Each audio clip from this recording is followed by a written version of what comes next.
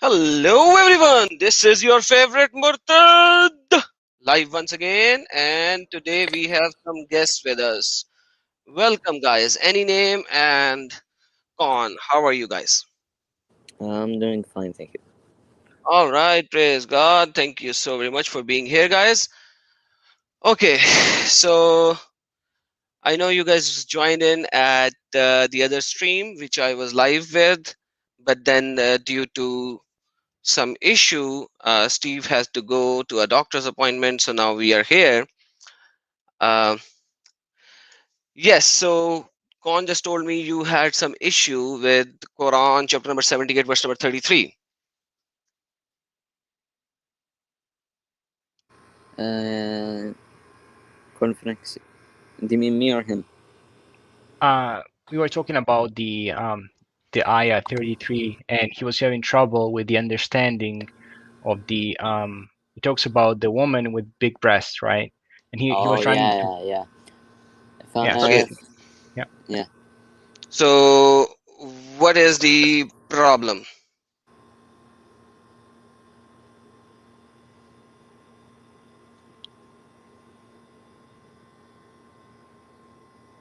Any name? Uh, Should I? What should I call you? By the way, any name is not even a uh, name, so it's very no, hard to call you any name. it means call me any name. It means call me any name. So what should I call you? Muhammad, Uh, Ali. What should I Name me call you? Muhammad. Name me Muhammad. Okay, But Muhammad. All right. yeah. So Anyway, Muhammad. I think it's. I'm not sure about this, but I've looked a little bit into it. I've just looked into it, but I think it means Arabic tongues. But I'm not sure what it's supposed to mean by that. I think it's Okay. supposed to be that she talks in Arabic. I don't. I'm not sure about this, but I need to look more into this, or we need to ask a bit of somebody that's into this that actually knows this stuff, that Okay. looked a lot into this. So let's see what your scholar says about it. How about that? Let's see together. How about that? What? I said let's see together. Okay. Let's see together what your scholars are saying. So let me just open Maruful Quran, Abdul Halim, Mufti Taqi Usmani. These are pretty big names. Mohsin Khan and Pechtal, Yusuf Ali. Sahih International already says that it is. Um so buxom maidens with big boobs. Youthful versions like equal age. Okay, Dahi Khan. Young, full breasted maidens of equal age. Okay. Nubili, well marched. I don't know what that means. Okay, now this is also means big boobs. Bechthal is drawing Volprostros woman, mean big boobs, full breasted, big boobs. So all the major people who are translating this verse is actually translating as big boobs, tight, Mm. full breasted, big boobs. But let's look at some of the tafsirs as well. Maybe that will help you as well, because tafsirs are actually written for that purpose as well. This is Yeah. Tafsir Ibn Kathir. This is Tafsir Ibn Kathir.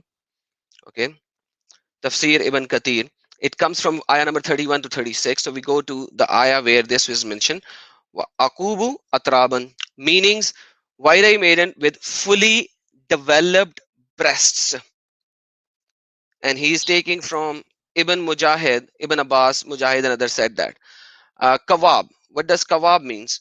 This means round breast. So kawab, the word kawab means round breast. They meant by that the breast of these girls will be fully round, not sagging, because they will be version equal in age. This means they will only have one age, etc., etc., etc. Now, the problem over here is this is what Quran is talking about women in heaven. Do you do you I don't know how you would actually agree to this, but but fair enough, like, man. So I'm sorry for laughing, man, but like I It's don't know how okay. to I'm laughing interpret too. it. But look, I'm not sure about this. I think it may be. I think that it is true that it might be big breasts. That is, it's the true meaning. But the thing is that this wasn't the first time that I don't know if this is wrong or not, but there have been wrong readings once, like اضرب كواعب. لا استغفر الله. I forgot the ayah, but it was said that women have to cover their hands, have to cover their feet and other stuff. But it turns out that they have to wear this only when they're traveling. But this is a reference that it might be wrong, but it also might be right. But No, it is right. The woman yeah, has it to is cover right. everything. Yeah, you're Yeah, right. yeah. But the thing that I'm not sure about this because I'm not a sheikh here, but I think that it might be big boobs.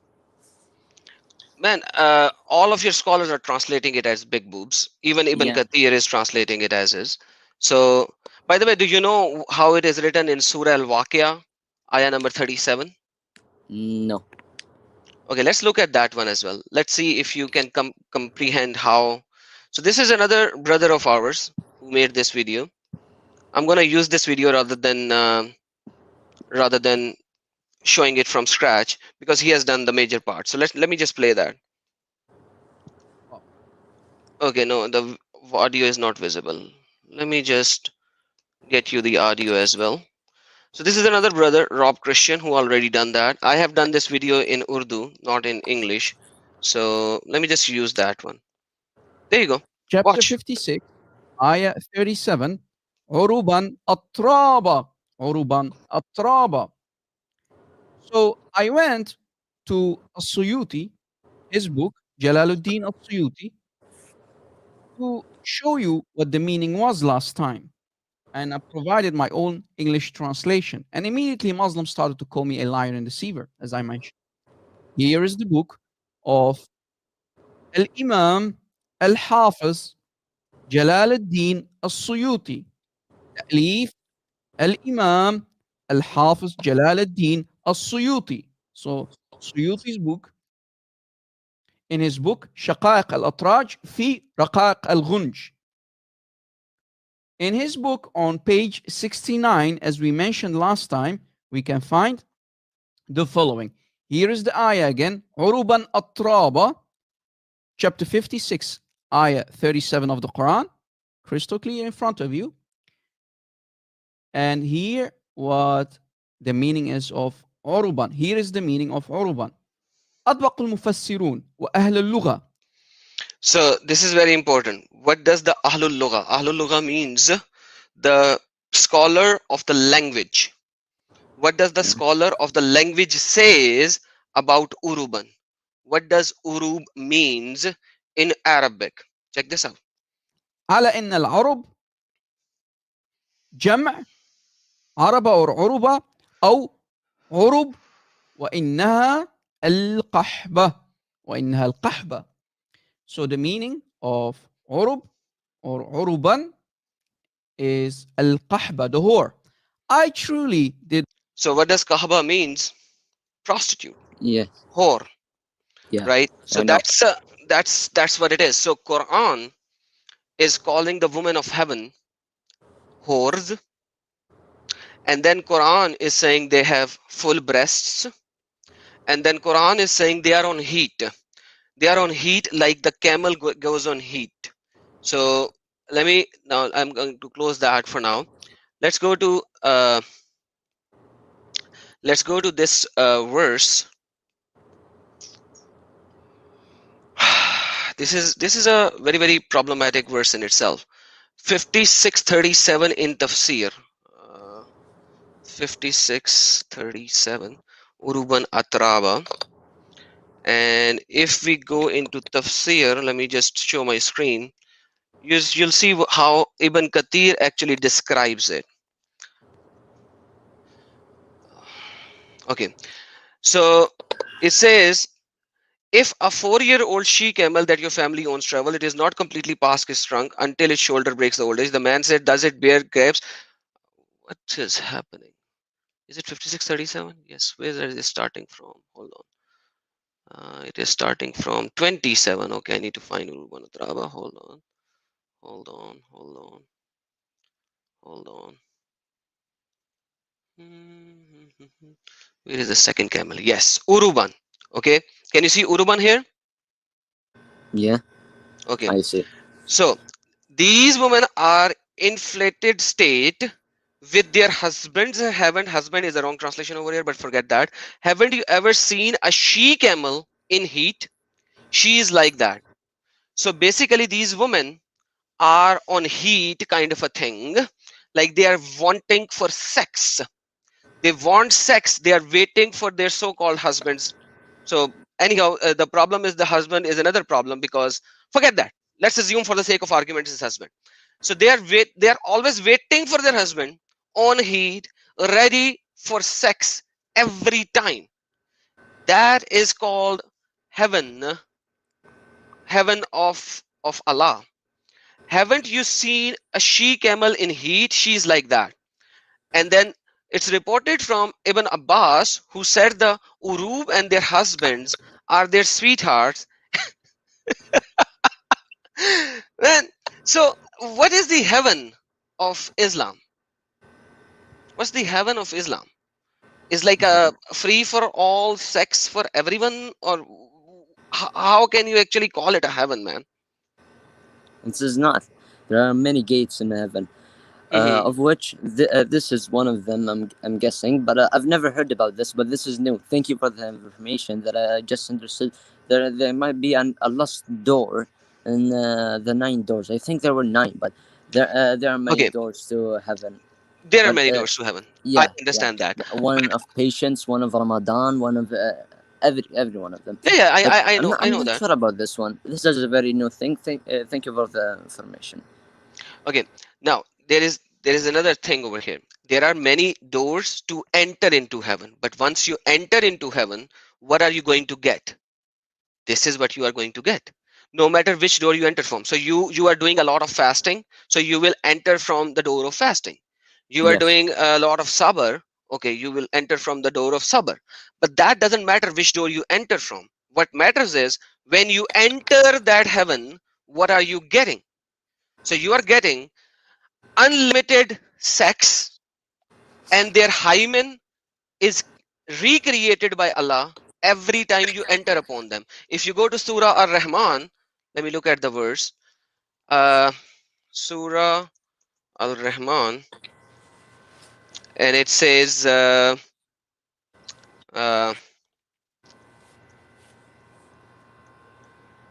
me just find the verse. 78. I think it's 56, 78. 78.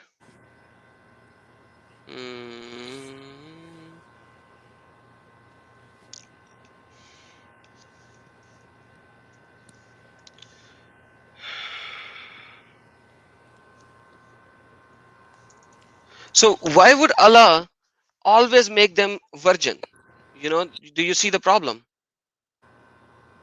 That it's lustful and inappropriate. It's inappropriate. Yes, I get it.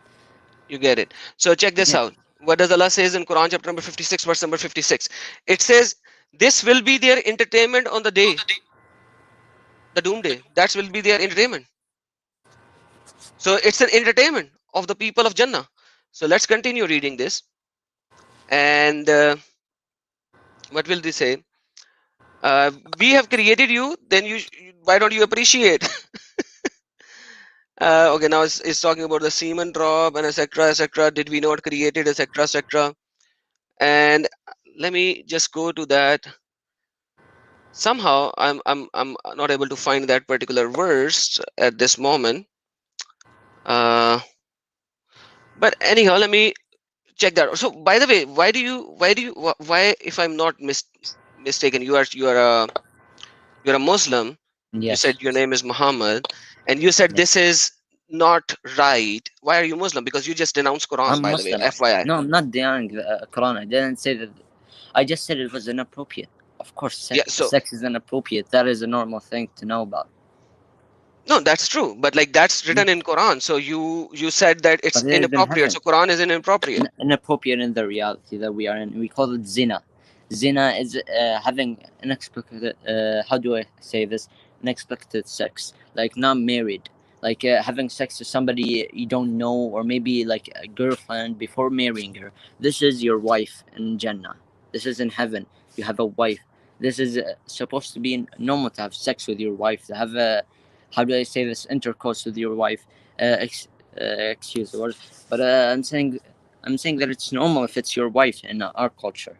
But if you're not, if it's not your wife, not in just our culture, in our whole society, in our, how do I say this, in our Islam, in our deen, if she is your wife, you can do whatever you want.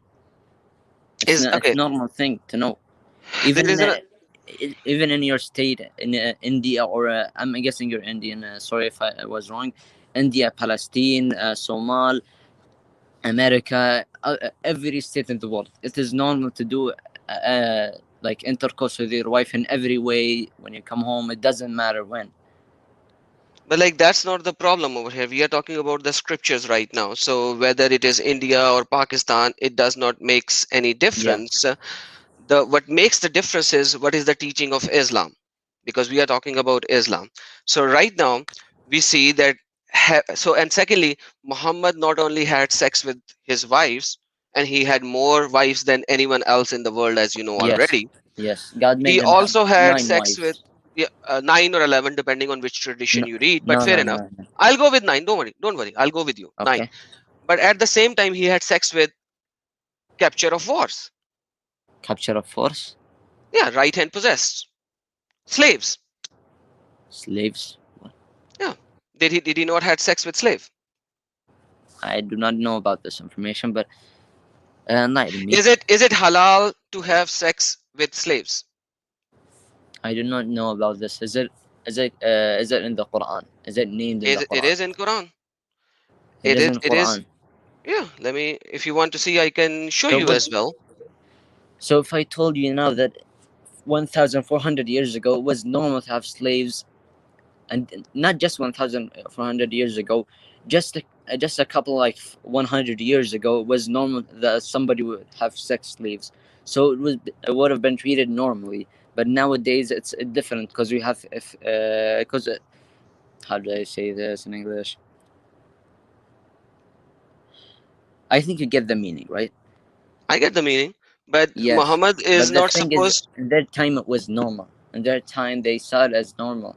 So it was normal for them to do this stuff. That's why it was normal to do it. Okay, so But now, it was. but we're talking about now. Now we know it is wrong. So We have Quran, learned from this, Quran but now is, so Quran now is abrogated, finished. You cannot accept Quran, correct? That's what you are why? saying. You No, just said that it was no, normal back then. Right now, it cannot be implemented. So basically, when Quran is saying that you can have sex with your slaves, then Quran is no more to be taken literally. no. You can have sex with your slave if it was, how do I say? Look, you need to have a sheikh talk about this, not me. I'm not into this. I've never read into this stuff.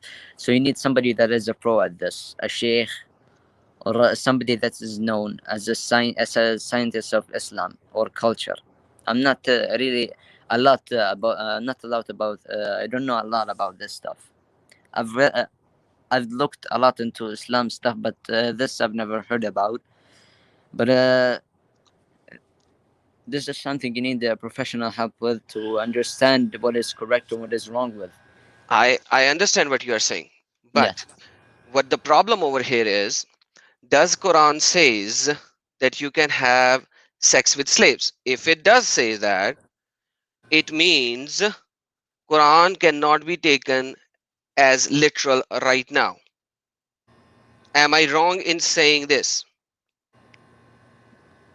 How is it not supposed to be taken literally if it says that you can have sex with slaves, but you don't have sex with slaves? No, I'm saying that, Like, so basically now if I have slave, I cannot have sex with. Is that what you are saying right now? I'm not sure if is it normal to have slaves these days?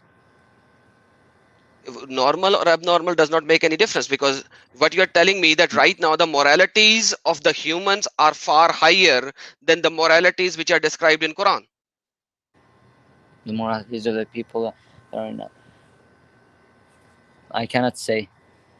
If I say it may be wrong in 100 times, but I cannot say sorry. If you need somebody that's a professional at this to talk about this. If you ask me, I'm sorry, I don't know about this. That's exactly what I'm asking you many times. So if we look at Quran chapter number 23, if I'm not mistaken, 23,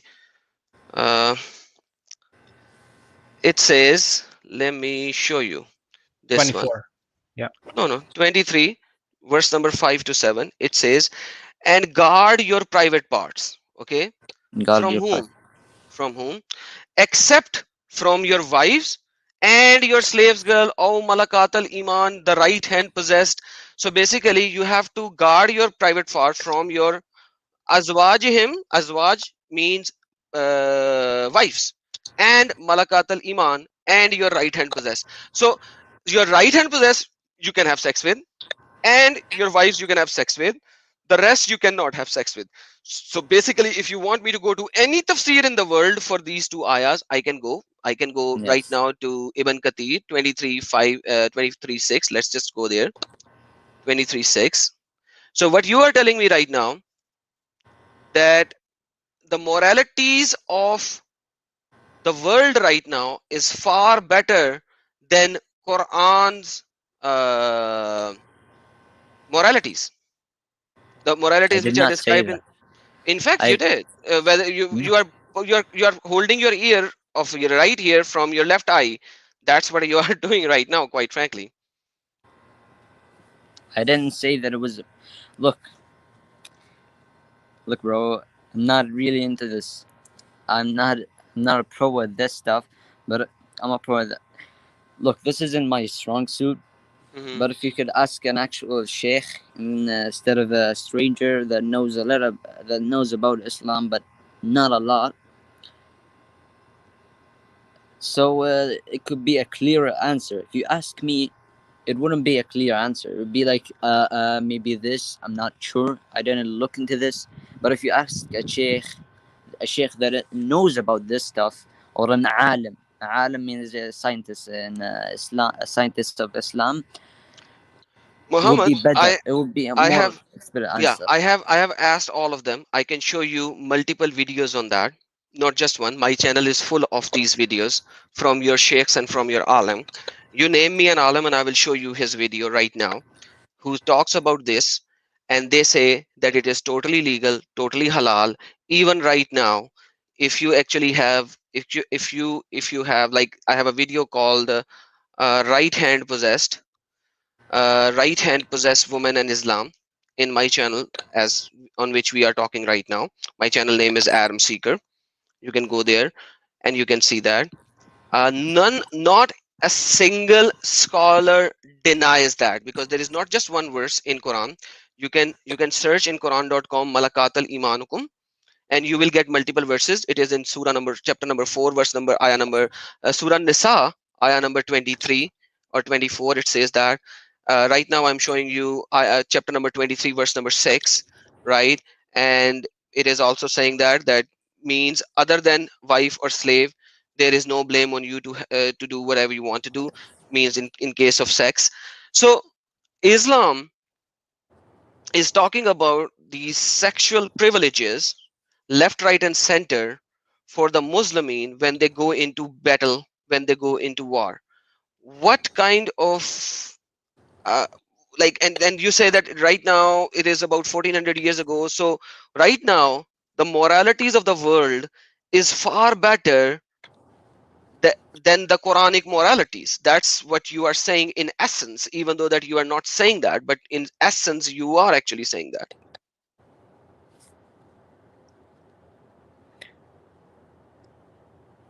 I do not know. I'm gonna say something. You have completely messed with my mind, bro. I So cannot understand what you mean anymore. I'm not I trying to deny what you're saying, but I just don't know what you're saying anymore, bro. I am just saying some things which are written in the book, and I really want you to think deeply, logically, and I really want you to get out of this, because this is nothing more than an evil, quite frankly. I'm sorry to say that. I But beg your pardon on can I that. say something? Yes, You're sir. looking at only one side of Islam. You're looking at the only bad side, which Okay. was the most known thing in the old days in Islam in 1400 years ago, where the kuffar or anybody that wasn't Muslim that hated Rasul Sallallahu Alaihi Wasallam Muhammad Mhm. always pointed out the bad things that he did. Always pointed out everything that was bad. Okay. That is what I'm saying. But here May you are looking I only answer at the you? bad side. May I answer you on this part? Okay, answer me. This is not even a bad part according to Islam. They don't call it a bad part. They call it good. Which scholar calls this bad or wrong? They don't. That's the thing. I ask you, buddy, give me one single scholar who says this is bad part of Islam. But anyhow, if this is bad part of Islam, Allah never denounced it. Allah kept it. Allah kept it so much and so that it is in Quran, it is in Ahadith, and it is called a legal allowance. This is Hadud Allah, that you can have sex with a slave. And if you read Tafsirul Qurtubi of chapter number 25, ayah number 54, let me show that as well to you. Let me show that. Like, now that you are here, let's look into Okay. this as well. This is Tafsirul Qurtubi. This is Tafsirul Qurtubi of Quran, Surah number 25, Al Furqan, ayah number 54. Yes. According to this tafsir, can you read Arabic? Yes. وهو الذي خلق من الماء بشرا Okay. فجعله نسبا وصهرا. Okay. Huwa allazi khalaqa. Read this. Do you understand what this Yes. is, right? Okay. وهو الذي خلق من الماء بشرا. Okay. He who made men out of water. Mm-hmm. Humans out of water. Okay.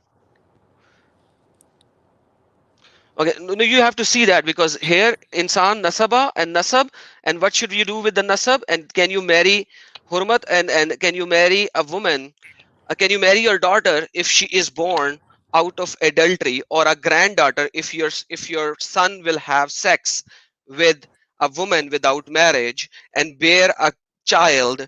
Can you marry your grandson according to this tafsir? It's in Arabic, and you said you know Arabic. Or if you don't, Yes. if you want, I can translate it into English by Google Translator. Can you see that according to نسبا وصهرا. صار مع نيان يعمان let me read this. تعالى نسبة وصهرة. النسبة والصهر معنيان يعمان كل قربة تكون بين آدميين. قال ابن العربة النسب عبارة عن خلط الماء بين الذكر والأنثى. هل وجه الشرع فإن كان بمعصية كان خلقا مطلقا ولم يكن نسبا محققا، ولذلك لم يدخل تحت قوله حرمت عليكم أمهاتكم وبناتكم وبنتها من الزنا، لأنها ليست ببنات لها في أصح القولين لعلماء وأصح القولين في الدين وإذا لم يكن نسبة شرعية. What I found about this, look, what I got about this, that you you can read the rest. cannot, what you can't marry your sons or your mothers or your sons' sons. You can't marry them. That's what I got about this. If they are made from the adultery, like it's Adultery? not, means they are not legally married. So you can marry. Read the rest of the part. So you can marry if your son has done adultery and bore a child, that girl, you can marry. Read the rest, because the nasab is not established in adultery. Read the rest. Okay, فلا صح من the one that isn't in blue. Adam, you mean the Yes. one that isn't in blue, right? Yeah, the rest. Okay. لا لأنها ليس لحظة خلقا مطلقا ولم يكن نسبا محققا، ذلك اللي يدخل تحت قوله حرمت عليكم أمهاتكم بنتها من الزنا، لأنها ليس ببنت لها في أصح القولين لعلمائنا وأصح القولين في الدين وإذا لم يكن نسبا شرعا فلا صهر شرعا، فلا يحرم الزنا بنت أم ولا، أما بنت وما يحرم من حلال لا يحرم من حرام، لأن الله امتن بالنسب والصهر على عباده ورفع قدرهما وخلق الأحكام في الحل والحرم عليهما فلا يلحق الباطل بهما ولا يساويهما. बेहतरीन बेहतरीन في نكاح الرجل ابنة من زاني أختها وبنتها ابنة من زاني. What should we do? You can do that. So now that is why Muhammad abrogated, you know why Muhammad abrogated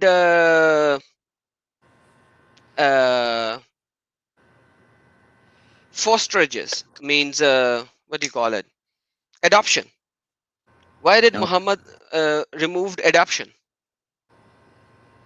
You know, right now we see that if your son will, God forbid, God forbid, God forbid, God forbid, No, if your that's son good. will do, God forbid, na'uz billah, will do adultery with a woman, means does not, means has sex with a woman without marriage, and that woman will give birth to a girl, you can marry that girl.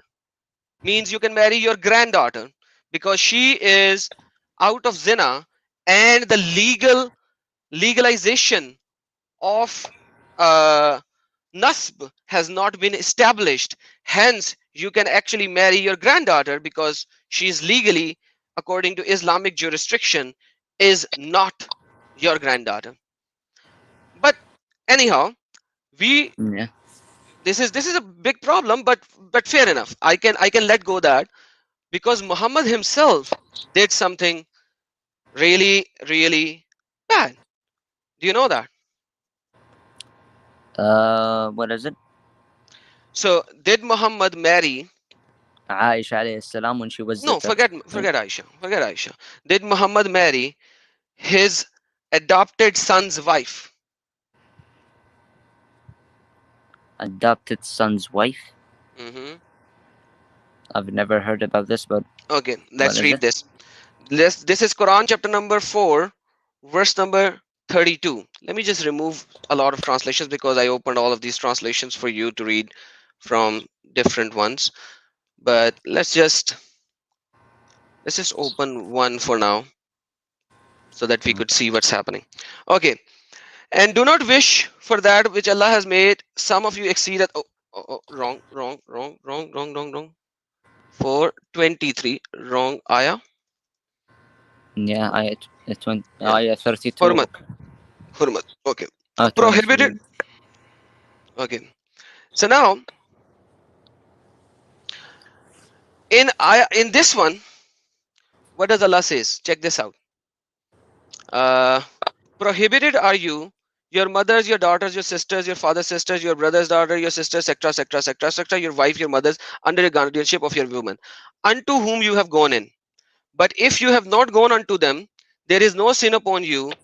The wives of your son, whom are from your lines. So now you can read the Arabic if you want. Can you marry an adopted daughter of yours?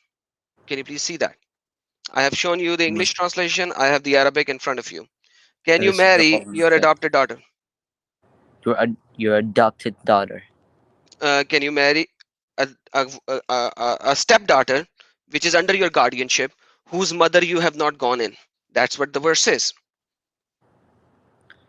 So you're saying if I have a wife that is my stepwife, but I've never gone to her, I've never had sex with her. Hmm. Can you marry her daughter and not her? Look, I'm gonna tell you this in a way that may make more sense. Okay. Imagine there's a mother that has a daughter that you can marry, but you haven't had sex with her mother.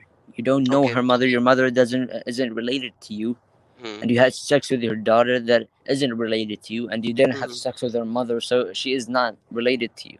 Fair enough. That is what I'm saying here. Perfect. Now look what happened here. So now you have seen this is the early ones. Now what happened when Muhammad had a son, adopted son, whose name is Zaid? Okay, I will show you the tafsirs later. Let's read the Quranic verse first. It is not for believing man or believing woman when Allah and his messenger, who?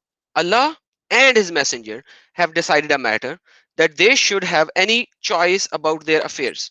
So you have no choice when Allah and his messenger has made a law. What does the law? And whosoever disbelieve Allah and his messenger is in clear error. What happened? Why this verse? And remember, Muhammad, when you said to one whom Allah bestowed favor and you bestowed favor, keep your wife and fear Allah, while you conceal within yourself which Allah has disclosed. So basically, Muhammad is concealing, and you feared people, while Allah has more right to fear him. So when Zaid had no longer need of her, who? Her wife, we married her to you in order that not to be upon the believers discomfort. Da Alamia, quite frankly, who would want to marry the adopted son's wife?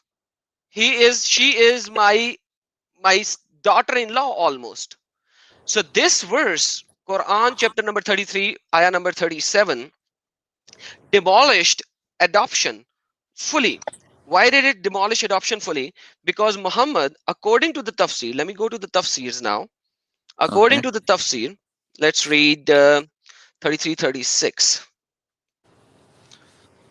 Tafsir 33, 36.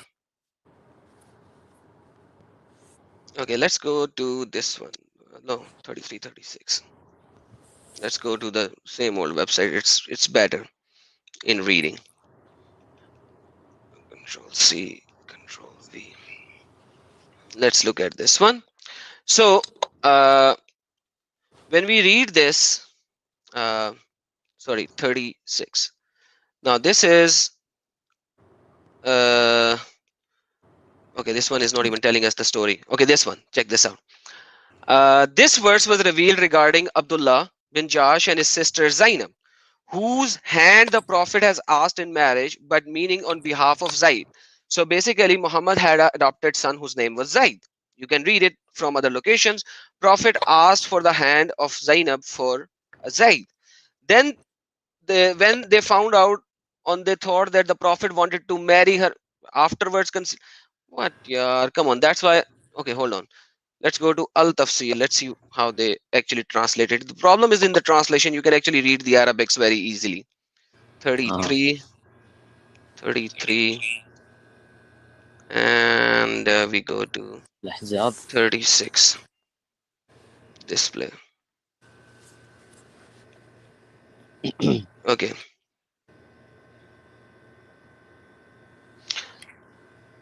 One occasion. Okay.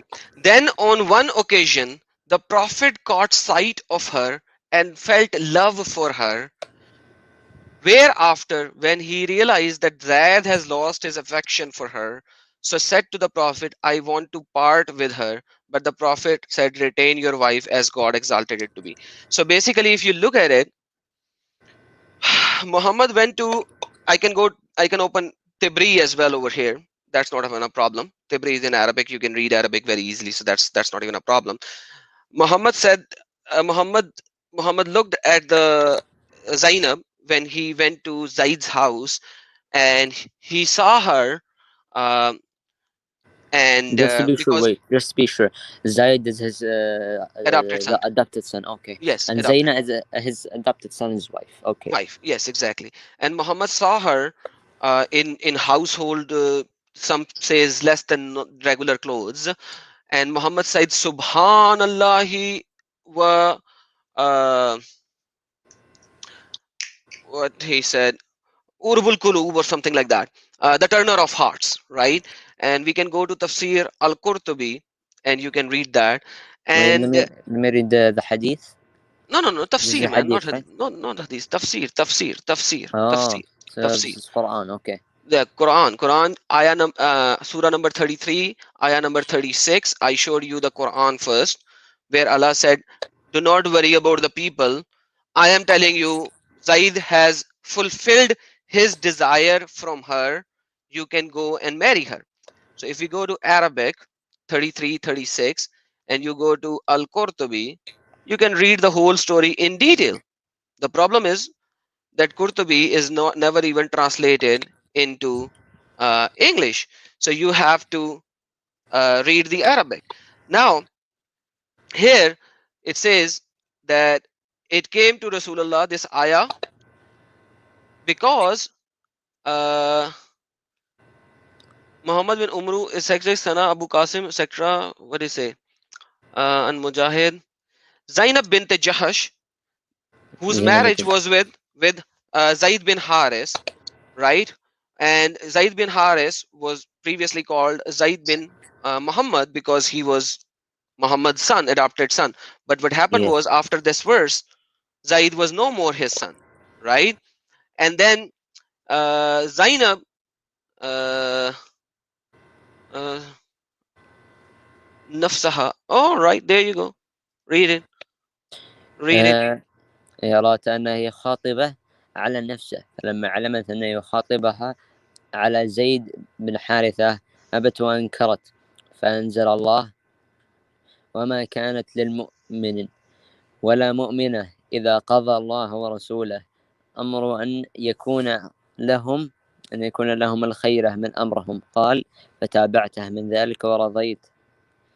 حدثني أبو عبيد الوصافي قال: ثنا محمد بن حمير قال: ثنا ابن لهيعة عن أبي عمره عن أكرمه عن أبي عباس قال: خطب رسول الله صلى الله عليه وسلم زنيب بنت جحش يزيد بن حارثة، فاستنكفت منه وقالت: أنا خير من حسبا، وكانت امرأة فيها حدة، فأنزل الله: وما كان المؤمن ولا مؤمنة إذ قضى الله ورسوله أمرا. So basically, there is so that the Muslimin, the Mu'min and Mu'minat will not have any issue in marrying their adopted son wives, right? So now look at the Quran verse now. Let's go back to Quran. Wait, can I say something? Oh, hold on. Yes, please say something. Did Muhammad عليه الصلاة والسلام marry Zaid's wife after Zaid divorced her or before? After Zaid, obviously. ولا let me say Obviously, something. you cannot have two wives at the same. Sorry, a woman cannot marry two men at the same time. Yeah, I know. But let me say something. When you have a brother that got married, if he got divorced, you can marry his wife. Okay, yeah. So what if it was your adopted brother, but then instead of that, it was your adopted son, and your adopted son's wife got divorced? Mm-hmm. So she is out of the family, since your son wasn't even your blood, but he is part of the family because he is your son and he is adopted. But she. So you do not see a problem if you marry your. So basically, adoption was not nullified before this verse. You already know that. So this verse came and abolished adoption. Number one. Number two, Muhammad looked at her first, and then he said, "Subhanallah," or turner of hearts. Then Allah revealed this verse. Then Zaid said, okay, I will release her. So when Zaid has no longer need for her, what do you mean by no longer need for her? Now Muhammad looked at her. Muhammad, I'm sorry, but if I would say the right word, I would say, you probably would not. Muhammad kind of lusted for her. I'm sorry to use that word. No, it's okay. It's okay. But Muhammad said, Subhanallah. Lust is the right word. Don't. Right. So now you are saying that she was already the wife of Zaid, right? That's when Muhammad felt affection for her, and then this verse is coming, and then Zaid divorced her so that Muhammad could marry her. How can this be named a prophet or called a prophet? You see what I'm trying to say. I see. You're saying right here that he's a prophet of God, but he married his son's wife or his adopted son's wife. No, first he lusted for her when she was the wife of his adopted son. Okay. And at that time, adoption was not nullified. Hence, he has to keep her, look at her as a daughter, because right now adoption is not nullified. Adoption nullification happened after this verse, not before. So but right now the prophet is a human, and I say Prophet is a human. He is a messenger of God, but he is just a messenger. He carries the word of God. He is So you are supposed to do telling what me, God. Let me continue. He's supposed to do what God says. But did, but also he's a human. He has lust. He has feelings. He has, how do I say this? He is like us. He is like me and you. But in another saying, he is not like me and you. Like, he is a prophet of God, but he is also a human. He can make mistakes. He can also feel lust. So what I'm saying here, he may have felt lust, but he doesn't. But he didn't go and say, "Go divorce your daughter right now." He didn't force it on his son. He didn't go and explicitly do Wait, intercourse without making his son divorce her. He didn't rape her. Astaghfirullah to play. But what I'm saying here is, his son was okay with divorcing his wife. He didn't want her anymore. He wasn't. He didn't have any lust for her. He didn't like. He didn't. He was done with her. So he said, okay, "Okay, have her. I don't want her. okay, wait, wait. I'm okay with that's this." that's fair enough. Hold on, Both hold on. sides was okay with this. Okay, no, no, So no. I cannot see what is wrong with this. I'm going with you. I'm going with you. I'm going with you on this one. But the problem over here is that you are telling me, what you are telling me right now is very derogatory. It is very, very derogatory, because you are telling me that Muhammad was lusting after his his daughter-in-law, and you do not see a problem for him to be a prophet, the greatest prophet of all mankind, I know, yet you do not see a problem. Okay, but this shows you that he is human as well. okay, this shows me is a This human. specifically shows you that he is human as me as you. The Okay, same thing. If you saw somebody hot, if I let's see say the somebody hot, Kardashians, yeah, if I see you somebody may hot, feel that lust, right? You may if I feel if I something see lust. if I see somebody hot and I look at her with an lustful eye, it says that I have already committed adultery. That's the teaching of the other side. But forget that for the time being. Look at this. This is once again Tafsir al-Qurtubi.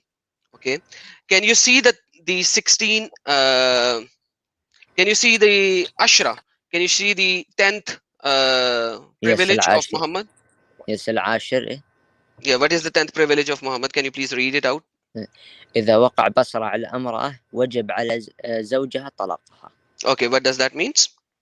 That means if he lays an eye on a woman, the bearer of the woman has to divorce her. This is He lays an eye surah with number. lust. I mean, So so if Muhammad looks at a woman, this is the 16 privileges for Muhammad. If Muhammad yes, looks at a woman, the husband of that woman has to divorce her so that Muhammad could marry her. Read. yes. These are the privileges of But Muhammad. he looks at So her lustfully. Don't worry. okay, Like he wants her. lustfully. Okay, yeah, lustfully. So Yeah. if Muhammad looks at somebody, some woman, if Muhammad looks at a woman lustfully, means for wanting her, the husband of that woman. So basically, you are married to a woman. If you are with Muhammad's time, and Muhammad looks at your woman, your wife, okay, you have to divorce her so that Muhammad could marry her. Why Yeah. do you need this kind of a privilege? Why a prophet needs this kind of a privilege? Why a prophet needs this kind of a privilege? Look, don't ask me for this. I don't. Yeah, I have to look more to this. Everything, most things in the Quran, a lot of things have meaning in Hadith, but I'm not sure about this. I don't I see am the not even Hadith for going to this. Hadith right now. I am going to Yes, the tafsirs and Quran. tafsir. I am I know. remaining in Quran. If I go to Hadiths, it's so much bad, even worse, that you can't even imagine Muhammad asking a woman, "Hey, woman, would you give your nafs to me?" And she said, "Hey, I'm a princess. Who are you to ask me for my nafs? You are nobody." And Muhammad looks down and went away. So that there is so much in hadith, and I'm talking about sahih hadith only, not even hasan, not even daif. Now even in sahih hadith there are so many problems, but right now Okay. I'm showing you the basic things which are in Quran and the tafsirs. Why? What kind of a prophet it is? What is making you stay into this religion and this prophet when he is this kind of a person? Look at the first 9 commands. What are the first 9 commands? What is the first privilege to Muhammad? The Okay, first now privilege. look. Okay. صفاء المغنم الثاني. Okay, صفي المغنم. yeah, fair with the spoils, but what does the second one says about the spoils? الاستبداد بخمس الخمس أو الخمس. Okay, so basically Muhammad will select the first fifth portion of the whole spoil of wars. Then how is he fair? If he is fair, then he should have equal, but fair enough. The second privilege means he will select the fifth of the spoil of war for himself, and he will do the first selection. The third one, Can I ask you something? These are called privileges. yes, privileges which are given to Yes, Muhammad, and yes, he I see. implemented them. Show me a single location where he did not implement them, and I will agree with you. These were the privileges which Qurtubi actually extracted from Quran, different verses from Quran, and you can actually read this further, and he will show you the verses. But forget that. Third one. Okay, the third one الوصال. Mhm. الوصال به. That's it. الوصال. Okay, forget that. Fourth one. الزيادة على 4 نسوة. You already know that he had 9 wives at one time. Okay, Yes. fifth one. And five النكاح بلفظ الهبة. Okay, is that a nikah? نكاح. So to marry, so fifth one is to what? To marry with a woman who? What? The fifth, wait, the fifth one النكاح بلفظ الهبة. So nikah without what? بلفظ الهبة. What does that means? Verbally, he doesn't need anybody. And if you read the sixth, it is bagair wali. Nikah bagair wali means you don't need a wali, you do not need writing. So is that a nikah or is that sex? الهبة means a gift of God. Yeah, gift of God means a woman has dedicated herself to Muhammad. Hello. So this is Quran verse as well, where if Excuse any me, woman, yeah, I can hear you. I can hear you. So if any woman wants to give herself to Muhammad, she can. Hello. Yes, I can hear you. I can't hear you. Con, can you hear me? Yeah. Okay, so yeah, you should be able to hear me, man. Hello. Can you hear me? Yeah. Everything's okay from my end.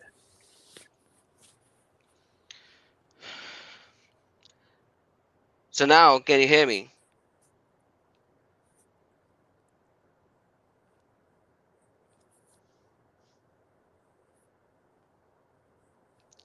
Hey, Annie, we can hear the background noise from your side.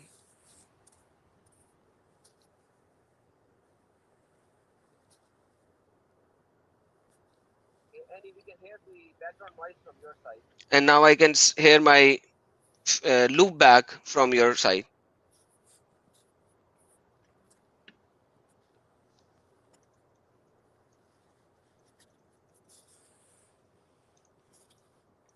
Hey, Con, are you on mute? No. Can you please mute? Yeah. I could hear a loop back from you. Any name, Muhammad? Now you were on mute, and now you are back out of mute. So say something.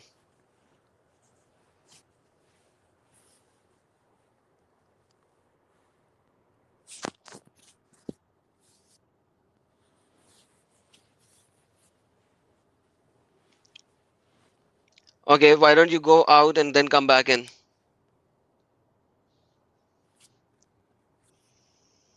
Hello. Hello. Yep, I can hear you, and everyone else can hear you, buddy. Everyone who's watching can hear you. Okay, Con, tell him to give him the link again to come back up.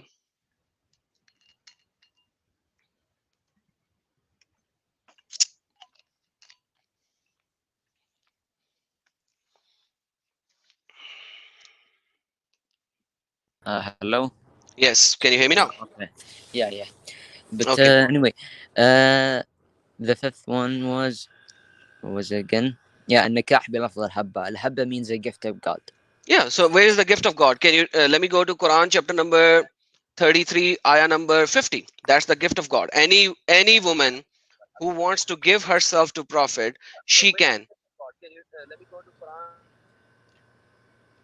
That's what Who gives that's what? what that that's what that verse means. This is Quran chapter number 33 verse number 50. You Hello. said hubba. This is Quran. If a believing woman, if she gives herself to Prophet, she can. So Yeah. basically any woman who wants to give herself to Muhammad, she can. There you go. This is Okay. khalisatan. This is khalisatan for Muhammad. Yes. In wahabat nafsaha al nabi, in aradan an nabi, khalisatan for him. What should I do? So this is what It says Qurtubi it right is there. saying. There is consent. There is everything. Everybody has consent here. Yeah, everyone has consent, but the woman is giving herself to Muhammad and without any wali, without anybody. That's what I'm showing. And this is what Tafsir al-Qurtubi is talking about in the fourth and fifth. Fourth and fifth. Concept. Nikah Okay. baghair wali. Nikah baghair sabiq. Muhammad doesn't need anything without the presence of a legal guardian. No, none. Without a dowry. Look at the seventh one. Without Your the voice dowry. is cutting. Your voice is cutting. And without the dowry as well. He doesn't need a dowry. He doesn't need anything. Halat al-ahram, and even in the ihram. So every Muslim, any Muslim cannot marry or have sex during ihram. Muhammad can. So why all the privileges of Muhammad are about sex? Why? He's a prophet. I do not know why is it all about Dude, sex. if he is a prophet, I'm these not a. I'm privileges, not a. Look, these I do not know privileges, why is it all about sex. That is not a exactly, thing that I know very well. But I know it's because he exactly. is a prophet. Mostly because he is a prophet. Man, And the if he's prophet has privileges. as a prophet, he should have the Yeah. privileges of spreading Islam, of spreading the word, of Yes. doing other stuff. He Why does. He it has does. It everything says to in the do. Quran. Okay, give me the privilege of Muhammad for the power or What? the Let me ask you miracle. something. Let me ask you Oh, something. hold Why? on. Let me Okay. finish my sentence. Let me finish my Okay. sentence. Okay. Give me the verse from Quran that this is the miracle of Muhammad, this is the miracle of Muhammad, this is the miracle of Muhammad, this is the miracle of Muhammad.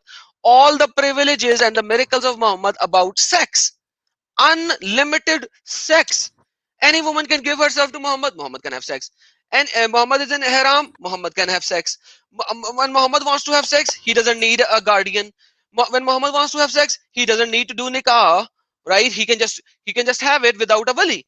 If like and if he looks at a woman with lustful eye, which you translated of the Arabic, not me, Yeah. you did it. The guy has to divorce her so that Muhammad could have sex with. Why every privilege is about sex? Why the Prophet of Islam needs so much sex? Cannot tell you that. I do not know Yes, about sir. it. So I why are can't. you still Can't. following that? I'm still following this is my Islam. He doesn't need privileges for Islam to go out because there are no privileges. Everybody has that privilege. Let me say Okay, something. You give said me a that. miracle You of said Muhammad. what? The privilege is about the miracle. So Okay. give me a miracle of Muhammad. I don't know all the miracles. I actually only knew about all of the privileges until now, but the miracles I can't tell you all of them because I don't know them. But Okay, what I'm saying here, let me let me show continue you. at least. Let Let me me show continue, you. please. Let me show Okay. you the miracle of Muhammad. Okay. Okay. Wrong. Sorry, my bad. Okay, It's okay. hold on. This one. Okay, I'm opening another page. Okay, but they say that the revelation is a mixture of false dreams. Who? people of the Makkah are accusing Muhammad. Okay, rather he has invented it, rather he's a poet, so they are accusing him of being a poet, of a false dreamer, of an inventor, and etc, etc. Correct? So they are asking, oh, why don't you give us a sign just as the previous people were sent with the sign, right? Okay. Biaya kama ursila awwalun, uh, ursila awwalun, the just like لا then لا كما the أرسل people before, الأولون yeah, الأولون. yeah, the people before you, the prophets before you, basically in reference, the prophet before you were given signs, miracles. Why don't you give us a miracle? Right? This is what the ayah is talking about. Right? Okay.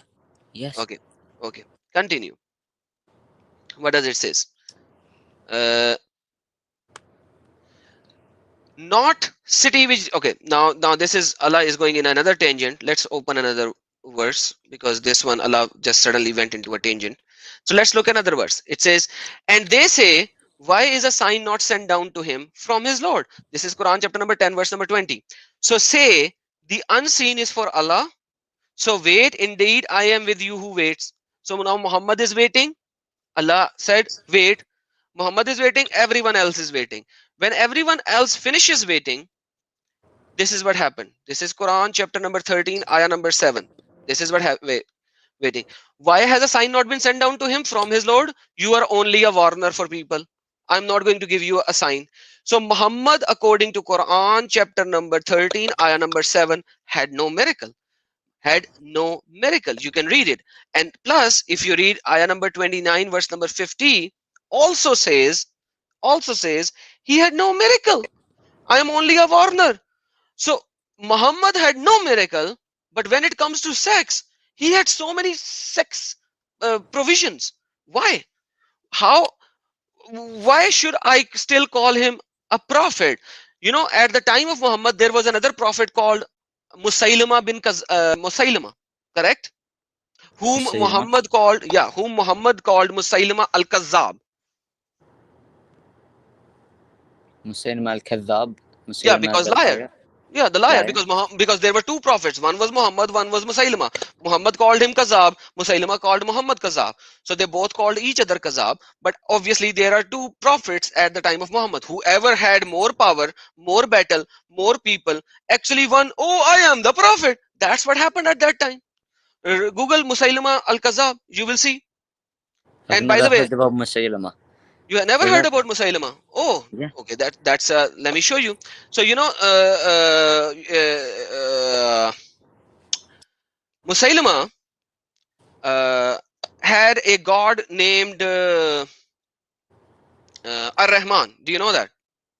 Because الرحمن. at that time, wait. I got named Ar-Rahman. yeah, Musaylama had the god named Ar-Rahman.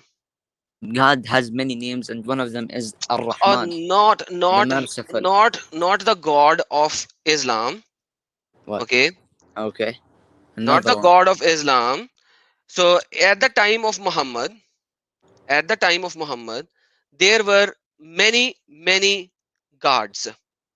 Each and every tribe had a god, correct? Yes. Okay. Right? Yes. At Every tribe had a god and had also a prophet or a messenger from God. no. I'm talking about at the time of Muhammad, Yeah. when Muhammad was Oh. there. When Yes. Muhammad was there in the Arabia, people were living in tribal areas, correct? Yes. Okay. When people were living in tribal area, each and every tribe has his own god, and that is why you will see that in Kaaba there were 365 idols, right? Each and every idol represents a god of that particular area, correct? Okay. Okay. So when we look at this Quran chapter number 17, ayah number 110, what does it says? Can you please read? إيه ولا wait. قل أدعو الله أو أدعو الرحمن أيما تدعو فله الأسماء الحسنى ولا تجهر بصلاتك ولا تخافت بها وأبتغ بين ذلك سبيلا.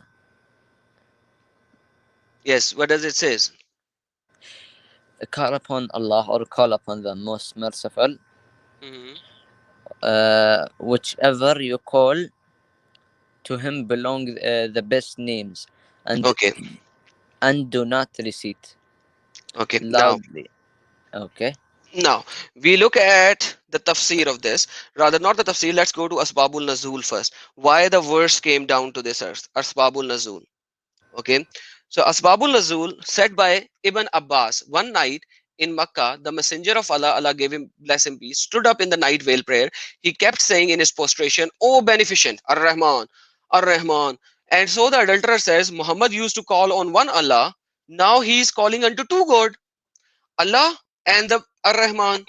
We do not know of anyone by the name of the beneficent, means Ar-Rahman, except the Ar-Rahman of Al-Yamama, means Musaylama the liar. So Musaylama, who was another prophet at that particular time, whom Muhammad used to call Musaylama al-Kazzab. You can Google about Musaylama al-Kazzab and you can read more about Musaylama al-Kazzab. Now, we look at Musaylama al-Kazzab is the person whose God name was Ar-Rahman.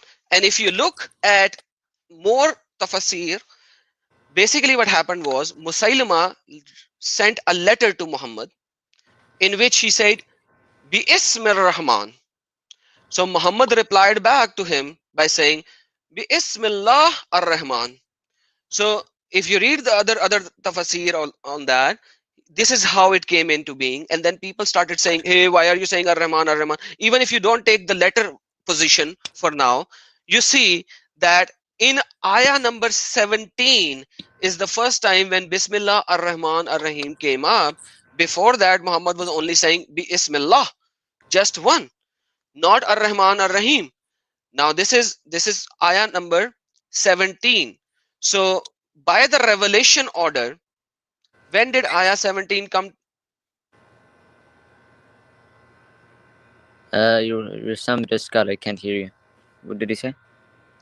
According to the revelation order, when did Yeah. ayah number 17 came? No. Ayah number 17 is basically 50th surah. Surah number 17 is the 50th surah by revelation. It's a Makkan surah. So Muhammad was saying Bismillah, Bismillah for half of his life. And in Makkah, at the middle, when he was actually talking to Musaylama, whom he later said he is Al-Kazzab, he actually started using Ar-Rahman with Allah as well.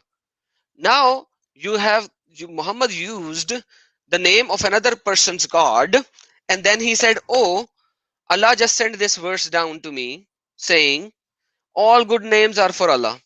So my friend, how is this?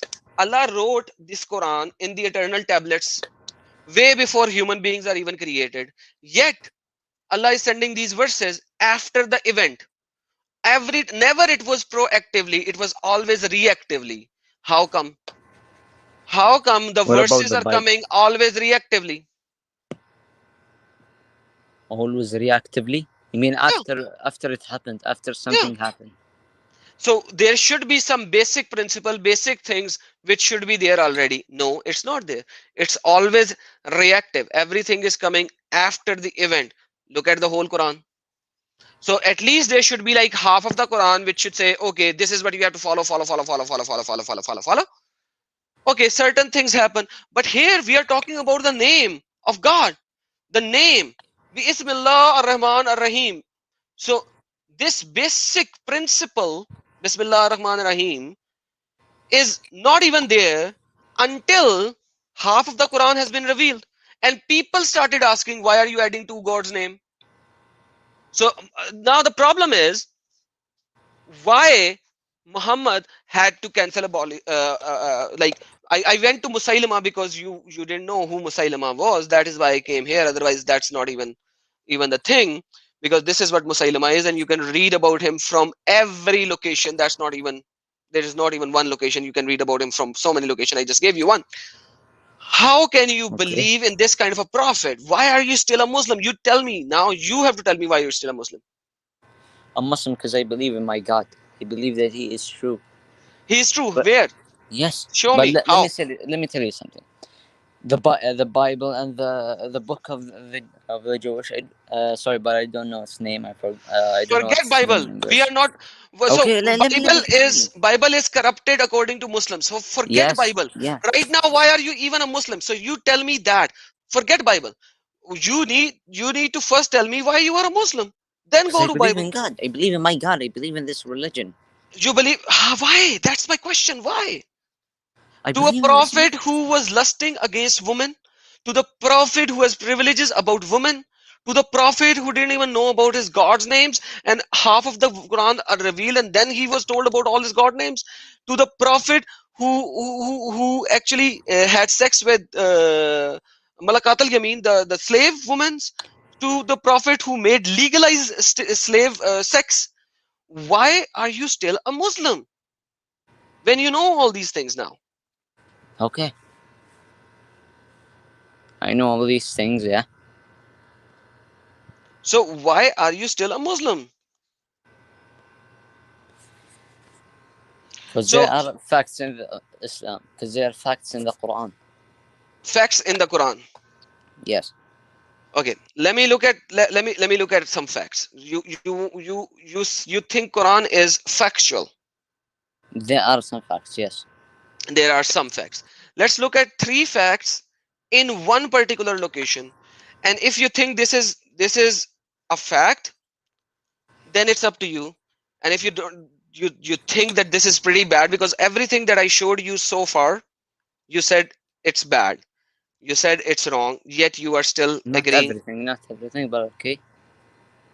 Okay. Now let's look at some facts of Quran. So fact number 1, there is a guy whose name is Zulkarnain.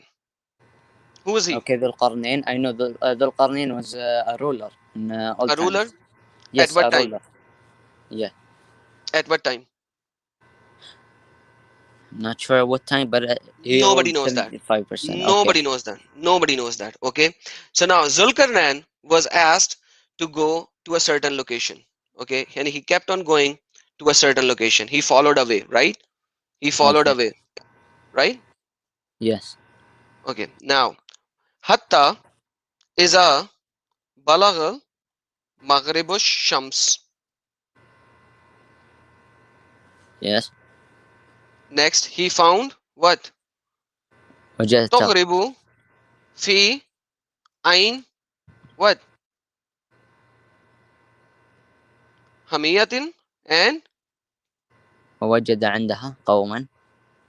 okay, now can you show me a location in the world where the sun is setting in a spring of dark mud or whatever you may like to call it? I mean a place that has a sun that sets in the west. Where do we have a flat earth where the sun actually goes down into the earth? Do you know the location that he was in? You tell me, buddy. Sun never sets in the earth. Are you a flat earth theorist? Do you think the earth is flat No. and sun goes from one location and sets in another location? No, I'm not a flat earther, but okay. Okay. So now, according to Quran, he went to a location where the sun actually sets in a dark, muddy water. So sun is setting in a dark, muddy water. Sun is so far away from us. How is he setting in a dark, muddy water? How is it setting in what? How is the sun setting in a spring? How can a sun set in a spring? How can the sun set in a earth? In an earth. Man, come on, you understand what I'm saying. Come on, don't do that with me. You are pretty intelligent, and I know you are intelligent. Don't act dumb, man. No, You know I'm it's not a acting problem. dumb. I swear to God, I'm not acting dumb. So you know it's a problem. It's saying until when he Wait. reached the setting place of the sun, he found it setting in a dark, muddy water. How can sun set in a dark, muddy water? That's just silly. Sun. Oh, okay. Now I get it. So you're saying that he set in a dark, muddy water. That's what the Quran verse is saying, not me. You know Arabic more than me. Okay. في عين I think. Look, have you ever seen a sunset? A Oh, sunset at I have an seen ocean. sunset so many times, but he Sunset is at an saying ocean. Yes. It's have not you an ever ocean. seen It's it? my friend. You Number know, one, it's not an ocean. let me say. Okay. Number two, he went to Okay. a location. He went to a location. Otherwise, he can see sun setting everywhere. He went to a location. He followed a way. He Okay. went to a Yes. way until he reached hatta, until he وجدها. reached, until he reached. Iza, when he reached hatta, when إيه، he حتى reached. إذا بلغ Yeah, مغرب Maghrib الشمس. Shams. How can he reach to a setting place of a sun? Where does the sun sets in the earth? Everywhere. It sets everywhere. Exactly. So why does Quran says hatta? Because حتى بلغ مغرب. every day he can see sun setting. So why does it say hatta iza balagh al maghrib? Now I gotta get a شيخ. حتى إذا بلغ مغرب الشمس وجدها تغرب في عين حمص ووجدها عندها قوم. Okay. Excuse me, I gotta think about this one. And please, Okay. Adam, if you can open chapter 36, verse 38. Okay, I will open that as well. Let me finish these 3 points of mine and then I will open that. Okay, buddy? It has to do with the sun as well. It says that the sun let me runs. yeah, we will look at that later. First, let's finish this one. So this is the tafsir again for this ayah. What does it says? This is your early scholar. It says, until when he reached the setting of the sun, place where it says he found setting it in a muddy spring. That is Ain al-Hamaya, a spring containing hama, which is black clay setting in a spring described as seen from the perspective of an eye.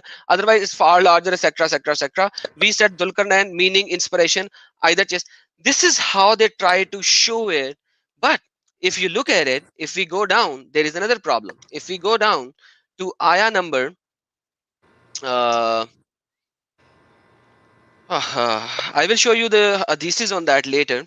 But if we go down all the way to ayah number 91, there is another problem. Where is this? Okay, this. Let's go to ayah number 91. Hold on, 91.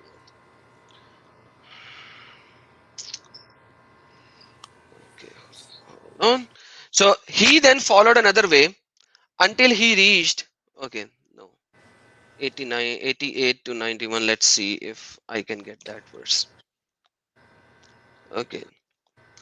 Okay, then he followed another way. Summa, right? Then he followed another way. Okay. Hatta. Now where he goes? Hatta. Balagal. What? Matliya Shams. Yes. Right? حتى إذا بلغ مطلع الشمس. Okay. Until And what he goes happened? to the setting of the sun. First he goes to the setting of the sun. Then he goes to the. تطلع على قوم نجعل لهم من دونها سترا. And what happened over there? What happened over there? Until when he came to the rising of the sun, he found it rising on a people for whom we had not made against it any shield. Now, why does the shield is mentioned? Why is the shield mentioned over here now?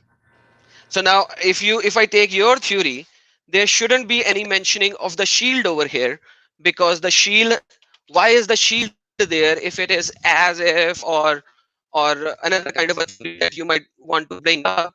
Then there shouldn't be anything related to the shield. Wait, could you repeat that? There was a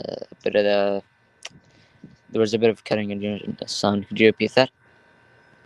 I said the shield should not be mentioned at all over here if it is not the exact location of the sun rising.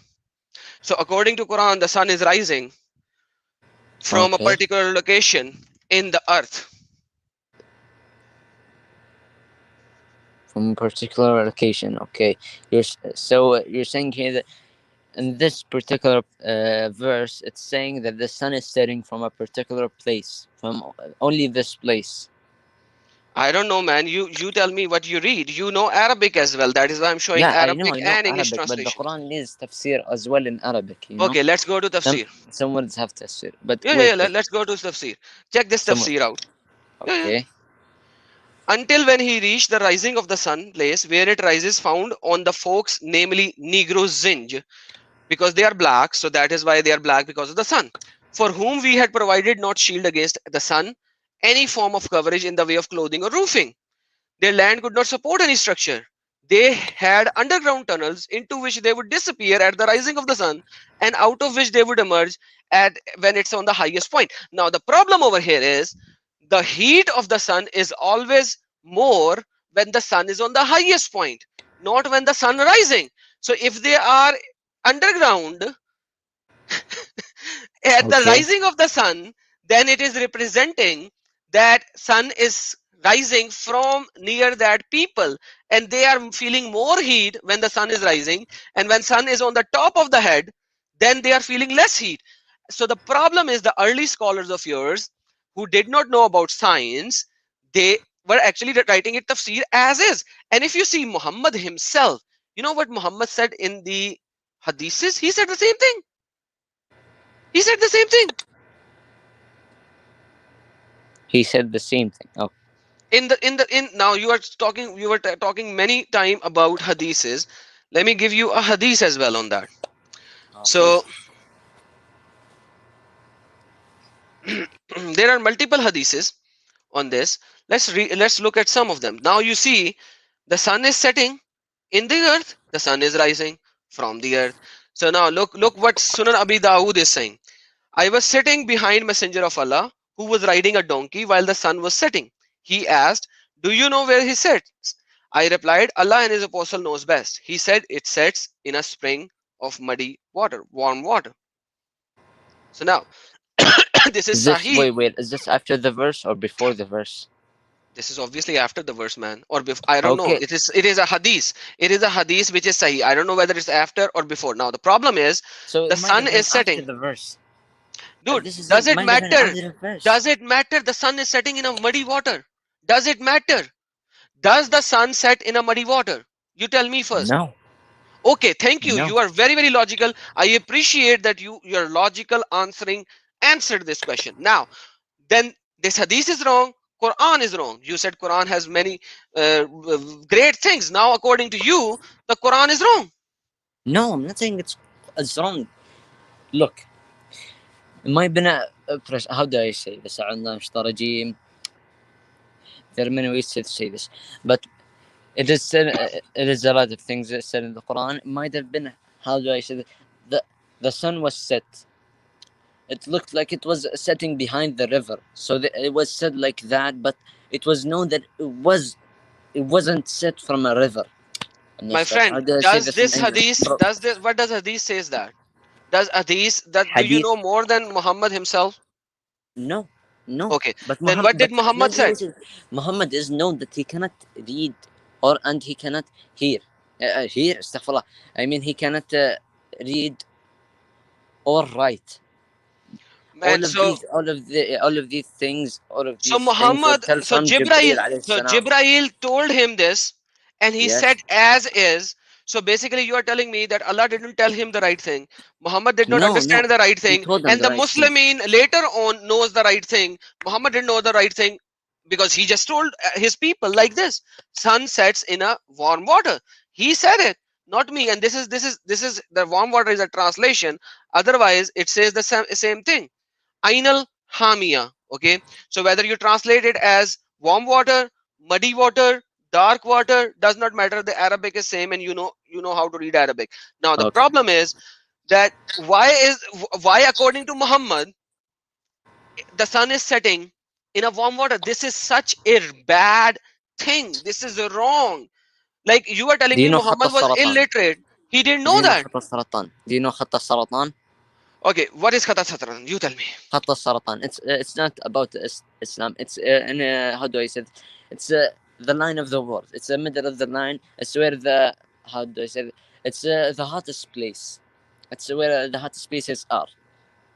So it might have been said like that. It might have been said that my friend water was wait. Read the Arabic. Water might have been yes, I read know. The Arabic.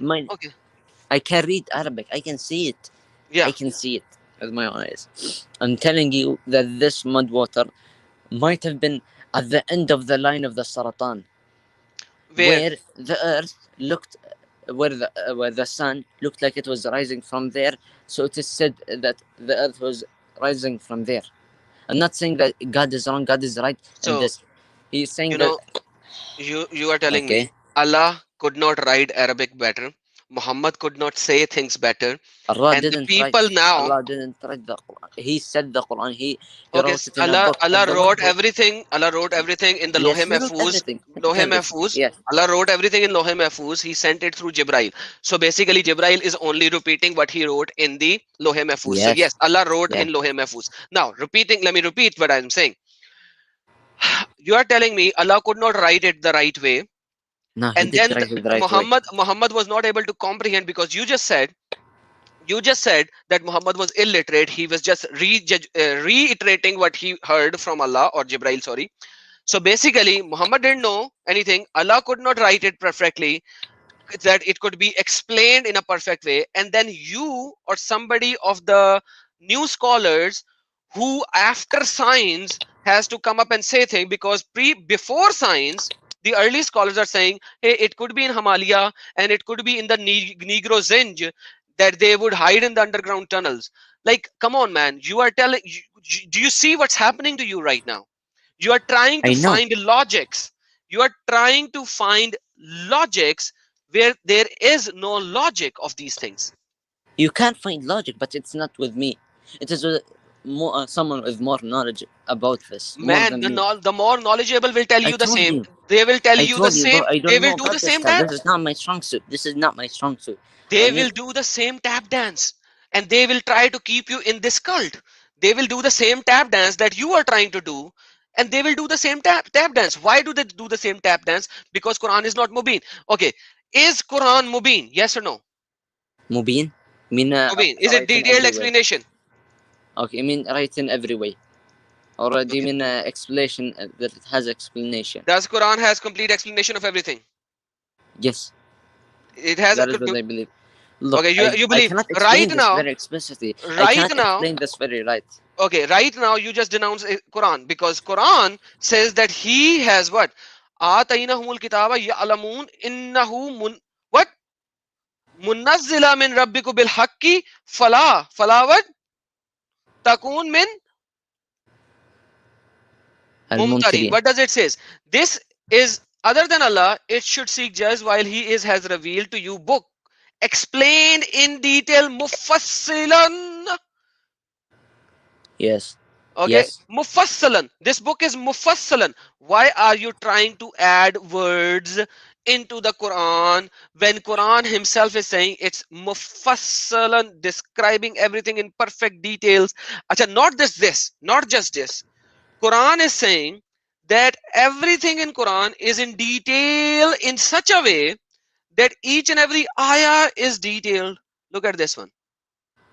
A book whose verses, kitabun fussilat, detailed, which ayahs, Yes. every ayah, Quran, Arabian. So in Arabic, this is an Arabic Quran which has each and every verse of the Quran is detailed explanation. Now you are telling me Quran cannot explain this. Your scholar will going to explain this, who will going to do a tap dance far better than you, and you are going to accept them, not Quran. Tell me a No. thing that you think is good about Islam. You have not explained that to me. You said Quran Something has that is good about very good Islam. things. Sorry? Wait, you want me to tell you something that is good about Islam? Okay, what is good about Islam? No, Ramadan. Ramadan is good Ramadan about is Islam. to fear the poor, to fear how they felt, and Okay. Hasana, how do I say One by it? one. One by one. Donations. One by one. We have. Yes, One by yes, one. we have. So Quran is fasting is Donate. good in Yeah, Islam. yeah. Look, there are things that there are 5 things that we Let's have look to at do. it. Let's As-salat. look at it. Let's Okay. look at one by one. One by one. Ramazan. Okay. Did Muhammad not tell that Saum is farad on you just like it was farad on the previous Ahlul Kitab? What? Saum, the As-sawm. fasting Yes. Yes. is farazed, is a faraz on you just like it was given to the previous nations. Okay. So fasting was already there before. So what is new in fasting? Nothing. It was already there. Okay. Now Yes, the I know that. problem I now know the that. problem of fasting is, when do you start fasting? Ramadan No, when do you start fasting in a day? in a day. Yeah, in a day, when do you start your fast? Look. Wait. Let me see this.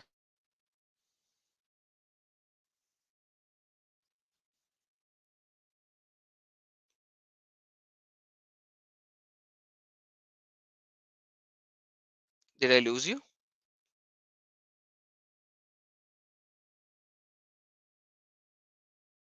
Hey, Con, are you here?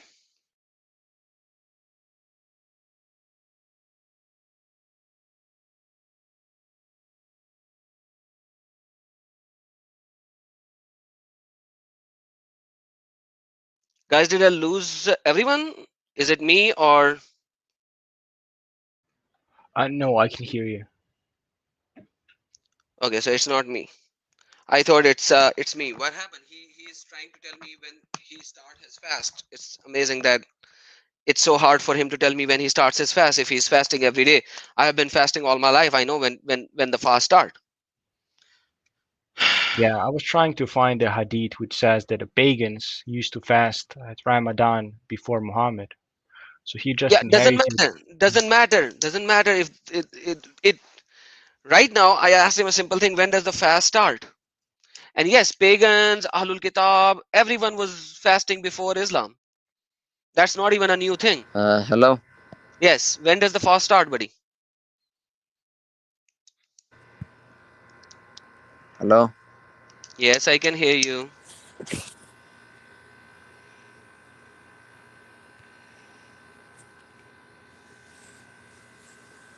I can hear you. Man, come on, man.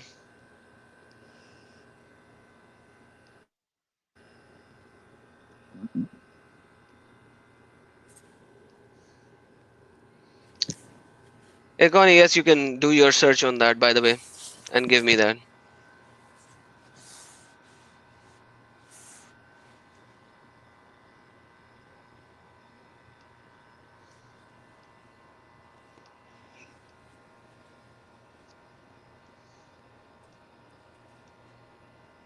Hey, man, we can hear your background noise, but not you. So, what's happening?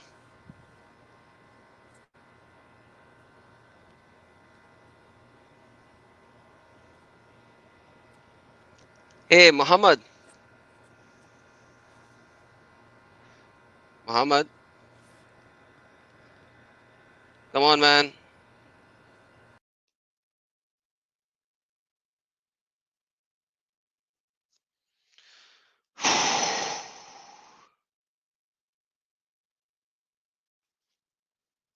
Okay. All right, you're back. Okay. Okay. Now you Hmm. can hear me. Okay. What I was saying that there are six. No, no, 5 days. 5 days. 25 March, 26 March, 27 March, 28 March, and 29 March. Okay. What should I do with that? I asked, buddy, I Okay. asked, when do you Yeah, yeah. start They your start. Yeah, fast? they Means, no, started no, I don't March. want days. I don't want days. So, in a Yeah. day, when you need to start your fast, when is your sahur? Sahut. Sahur, seher, seher. Suhoor. Yes, yes, suhoor. Okay. Yeah, when? In المغرب. At Maghrib? 6. Yes, 6 p.m. That is iftar. No, sahur, seher. Yes. When do you do your Suhoor. seher? Oh, you mean after iftar? Not after iftar, seher. When you فطور. stop eating so that your You fast mean will start. breakfast? You mean breakfast? Breakfast? Yes, suhoor means How breakfast. many times did you fasted in your life? Since I was, I can't remember. Okay, Wait, you mean without Ramadan? no, during Ramadan. Give me the prayer of the seher. Prayer of the Sahar. Yeah, when you finish eating, just give me the prayer of the seher. Prayer of the Sahar. Yeah. I've never known that you had to say prayer. Ah, Yeah. okay. So right now you have seen. So seher, when do you do seher, by the way? Sahar. You mean Yeah. wait? Sahar is breakfast, right? Yeah, breakfast. Okay. You have been Okay, fasting Sahar. all your life. When I wake up. Okay, I when you did. wake up. Yeah, So when I wake up, I just why are you showing yourself to be a fool right now when you can actually read Arabic, when you can actually do some everything, and now you are trying to show that you are the most idiot person in the world? how? That What you did I have say been to make fasting myself all your look? life, you have been fasting all your life according to you, and you do not know what is the prayer that you have to recite after Sahar. Yeah, because I've never been told that. Maybe I have Okay, been and then told, you are but when I calling was in Sahar, then you are yes, calling Sahar as a breakfast. Who calls him a Sahar. Sahar as a breakfast? Because when I was a kid, always when we had breakfast, Right. they told me, "Suhoor, come eat suhoor." Okay. Yeah, come Yeah, eat sahur. Okay, yeah. so And I've had when do also you in eat sahur? movies. When do you eat sahur? Suhoor. Yeah. When I wake up. When I wake up. So Suhoor is breakfast for me. you don't even remember a single line prayer to do sahar, and you said that you do sahar. فطور. سحر Oh, الفطور. sahar is fatur. Wa bi sawmi ghadin nawaitu min shahri Ramadan. Is this such a hard prayer to recite and not remember? What kind of a Muslim are you? What prayer? So Wait. Muhammad, What prayer? What prayer so is this? so Please excuse Muhammad me and tell me what prayer is this. So Muhammad had sexual privileges, you had no issue. Muhammad married his adopted son wife, you have no issue. Muhammad is having sex with any woman who gives herself to him, you have no issue. If your wife, Muhammad looks at her lustfully and you have no issue Muhammad marrying her, the lusting prophet, you have no issue with that. Sun is setting in the muddy water, you have no issue with that. Sun is rising on the earth, you have no issue with that. Ramadan fasting is awesome, that is why you are a Muslim, and you don't even know what is the prayer that you have to recite, the dua that you have to recite before the fasting starts. Why are you here? Do you know about Islam anything? Yeah. And why are you even a Muslim then? Why can't you say I'm Muhammad a is a Muslim. false I know prophet? about Islam, bro. Muhammad is kazab. Just say it. Muhammad is a kazab. No, he's not kazab. He is not a kazab, right? No. Yeah, Why is he he's not a not a kazab. kazab? His Quran Because is full of Prophet. issues. His life is full of issues, and you are telling me he is not a kazab. He is a kazab, and you No. don't even know the basics of Islam, and you are here to talk about it. Seriously, buddy, I'm amazed right now. And you How think do your I not scholars know? your scholars can defend it? My scholars can defend it. Your scholars They are cannot scientists. defend it. They don't They know can. jack about it. They cannot even debate the right people. They only find the people whom. Where is your best scholar? Who can come to me? You will not find one single good scholar to come to me.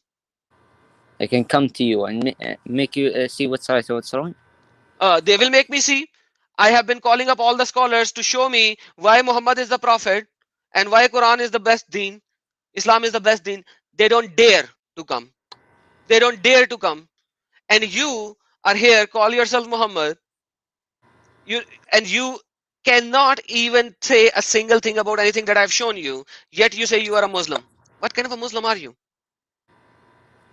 How Muhammad can I was a tell you pagan. something I'm not into? I told you. I already told you from the start of So this. leave I'm it. not the If you best don't at even this know stuff. Jack, leave it. Why are you doing that? Leave it.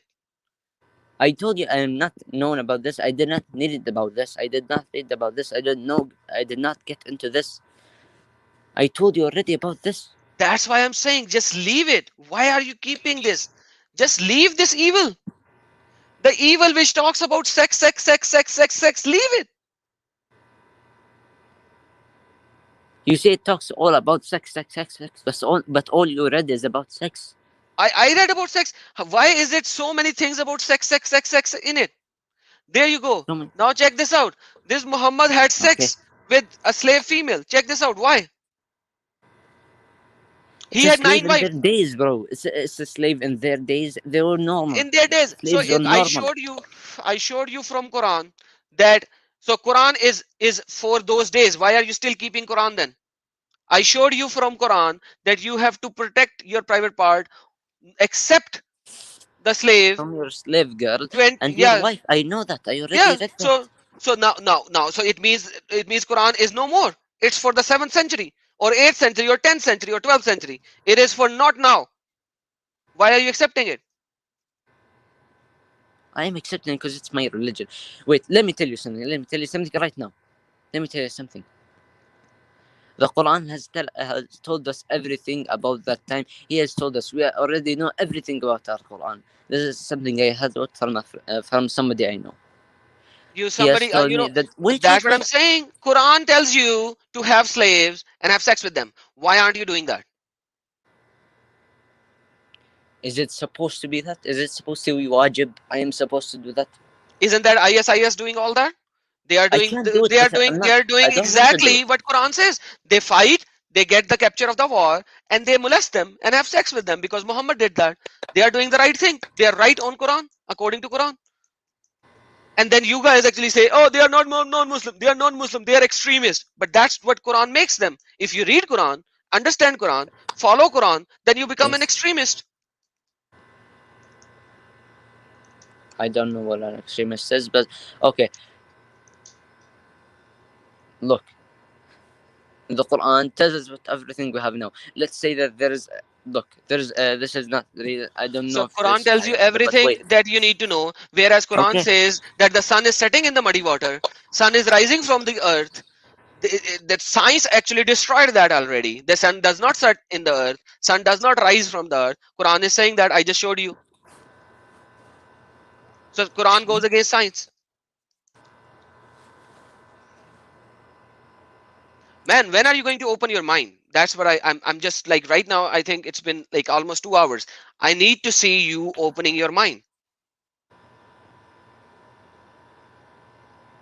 Like why do you have a big lock in your brain to lock every logical reasoning and not open your brain? Because I believe in this God. So you believe in this and you want to keep the lock in every logical aspect of this and keep it in there and stay in there. I was a Muslim for almost 40 years of my life. I left this evil cult. Why I left this? Because it is everything that I picked about it, read about it. I was like, this is not right. So if I can do that, why can't you? Because everything that I'm showing you over here, Muhammad, and you agreed, you even can read Arabic, no Arabic. Why are you Yes. still accepting it? Why are you trying to lock your brain? Allow me to respect you even further by you accepting what it is written. If it is your Quran, you believe it, then believe it fully. Why do you need to add words to it? When it says it's Mubin and it's Mufassal, how is it Mufassal when you have to add words to it? So Quran is all nothing.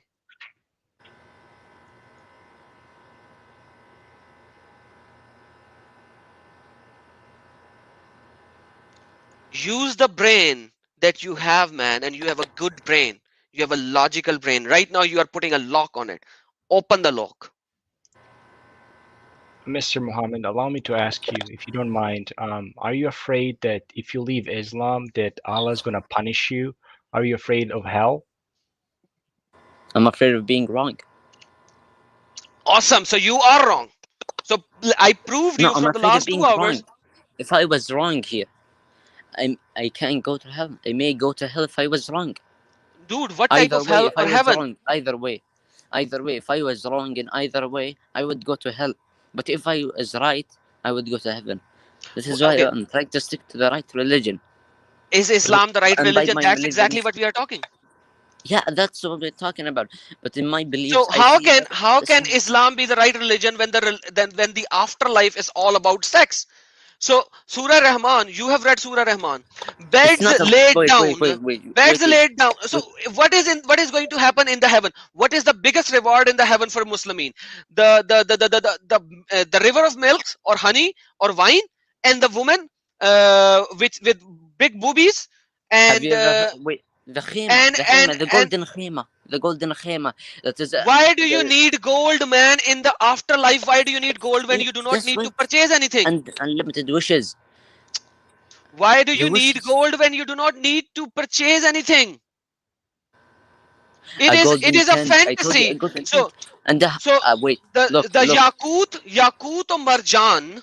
Why do you need those stones, yakut and marjan and all these things and the gold? Why do you need it in heaven when you are not supposed to purchase anything? Number one. Number two, why do you need to have 'Cause it's constant beautiful. sex? It's known that For the love let of me ask you God, something. Let me ask you something. for the Let me ask love you of something. God, Wait. that is not beautiful. The beautiful thing is not this. You need to get out of this and see it from the spiritual level. How can heaven be with everlasting sex, that your woman over there will have unlimited sex and she's waiting for you hot? I just showed you. She's waiting Yes, for I you know. hot like a camel on a heat. So that woman has no heaven. For her, it's no heaven. She's just waiting for you to come in. When you are out, she comes in, you come in, and you just do ding dong ding dong ding dong with her. Boom boom boom boom boom boom boom. Is that heaven? What are you telling me, man? Women have heaven. Women have heaven. Yeah, so yeah, that's their heaven. So every time you have sex with them, Allah will make their hymen, Allah will recreate their hymen, so that you will repenetrate them and you will redestroy them. So this is the heaven. How could that be a heaven? Think logically.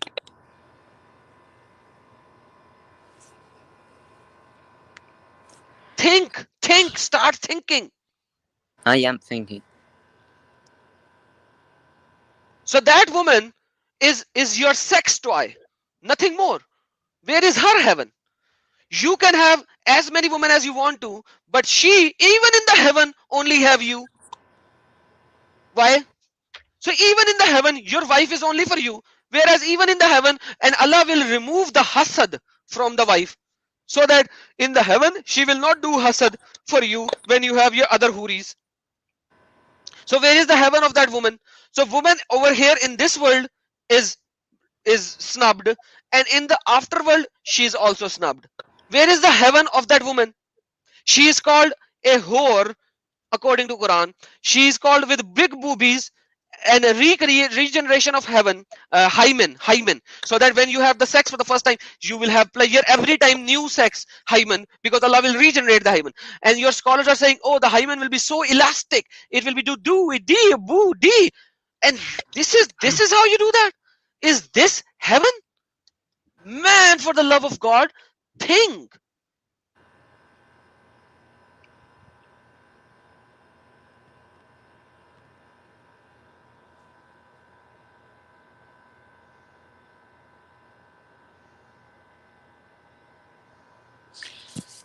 In heaven, there's unlimited food. There's unlimited wine. As you Why do said, you there's need food? unlimited wine. Why Milk do you with need food? food is enjoyment. It has Why enjoyment. why It do has you need? enjoyment. You Okay, have everything in heaven. Yeah, you my can wish for friend, God. why You do you can wish need to God food? for anything. Why? You can wish to God for anything. You can wish to God Exactly. for Now the anything. thing is, forget that part. If Allah would have said, oh, you could wish for anything and you will get it, that's fine. So basically you will wish for anything and you will get it. Okay, let me give you an argument on that. So you go Okay. to heaven, you go to heaven, you like your, assuming that you like your sister over there. Can you have sex with your sister in heaven? I don't know. You don't know. But you just Okay. said you can ask anything and it will happen. I said I don't know. I don't know about that. No, Maybe it is. before Maybe that you you can said do you it. can ask anything and it will be Yeah, fulfilled. but nobody know. But I don't know about what happens in the afterlife. Exactly, that's the problem. That is the problem. That no matter how you look at it, this is stupid. This is stupid. This is ignorant. Allah of Islam does not know, because it was Muhammad only. He was a Kazab, not Musaylima. Musaylima was not Kazab. Muhammad was the one who was Kazab. Rather, Musaylima was also Kazab. Muhammad was also Kazab. Both of these prophets at the 7th century were Kazab, Then who was because right? none of them. Like, where did Muhammad come from? Where did Muhammad come from? Do you have his lineage? Does any of your scholar has the lineage of Muhammad? Any of you? I don't know about. You don't know about it. So I'm telling you, none of your scholars has the lineage of Muhammad. If you read, uh, if you read Life of Muhammad by Ibn Kathir, I can show you right now. So none of your scholars have Ibn Kathir. Hold on. Let me show you. Siratun Nabi by Ibn Kathir. Okay.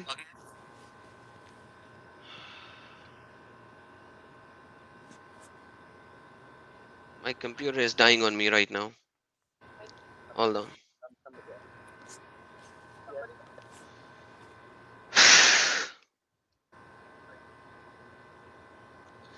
So Siratun Nabi by Ibn Kathir explains it clearly that according to all of your early scholars, nobody had the lineage of Muhammad. So where did he come from? Nobody knows. Nobody knows that. You still believe in him. There you go. The lineage of him, you mean the place that he lived? Lineage. Where does he come from? Whose son he is? Whose grandson and grandson? Where does he come from? He's not from the line of the prophets, anyways. What is the father's name of Muhammad? Abu Sakhr. Sorry? Abu Sakhr, sir.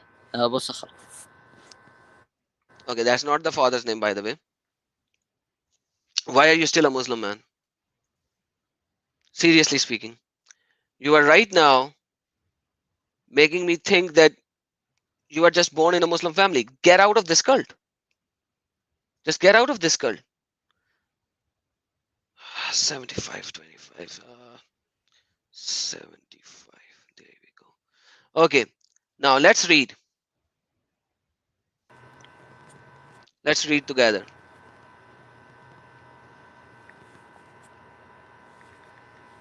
This is Siratun Nabi by Ibn Ishaq.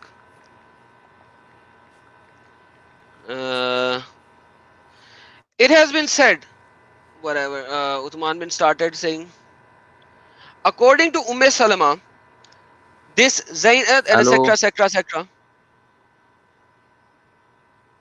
Now you cannot You hear can anything. hear me say I or hi. Yes, I can hear you. If you hear me, type anything. Hello. Okay.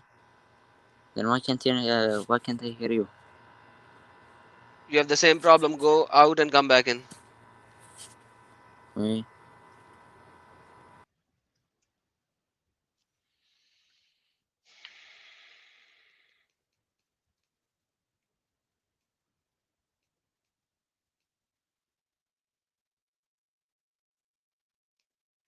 There you go. Okay. Check this out. what? This is, everyone says we don't even know what is the lineage of Muhammad. This is, I have done a full How? video on that. But Nobody the says lineage of that. Muhammad is Everyone wait. says that Muhammad was not from the Ishmael. Not from the Ishmael. Everyone says that. As for Malik, he is saying, where has come to the knowledge from what? When he has asked about tracing back to Ishmael, he expressed similar disapproval, asking who could provide such an information. Malik also disliked tracing the genealogy of prophet, such as to Abraham or etc. and to etc.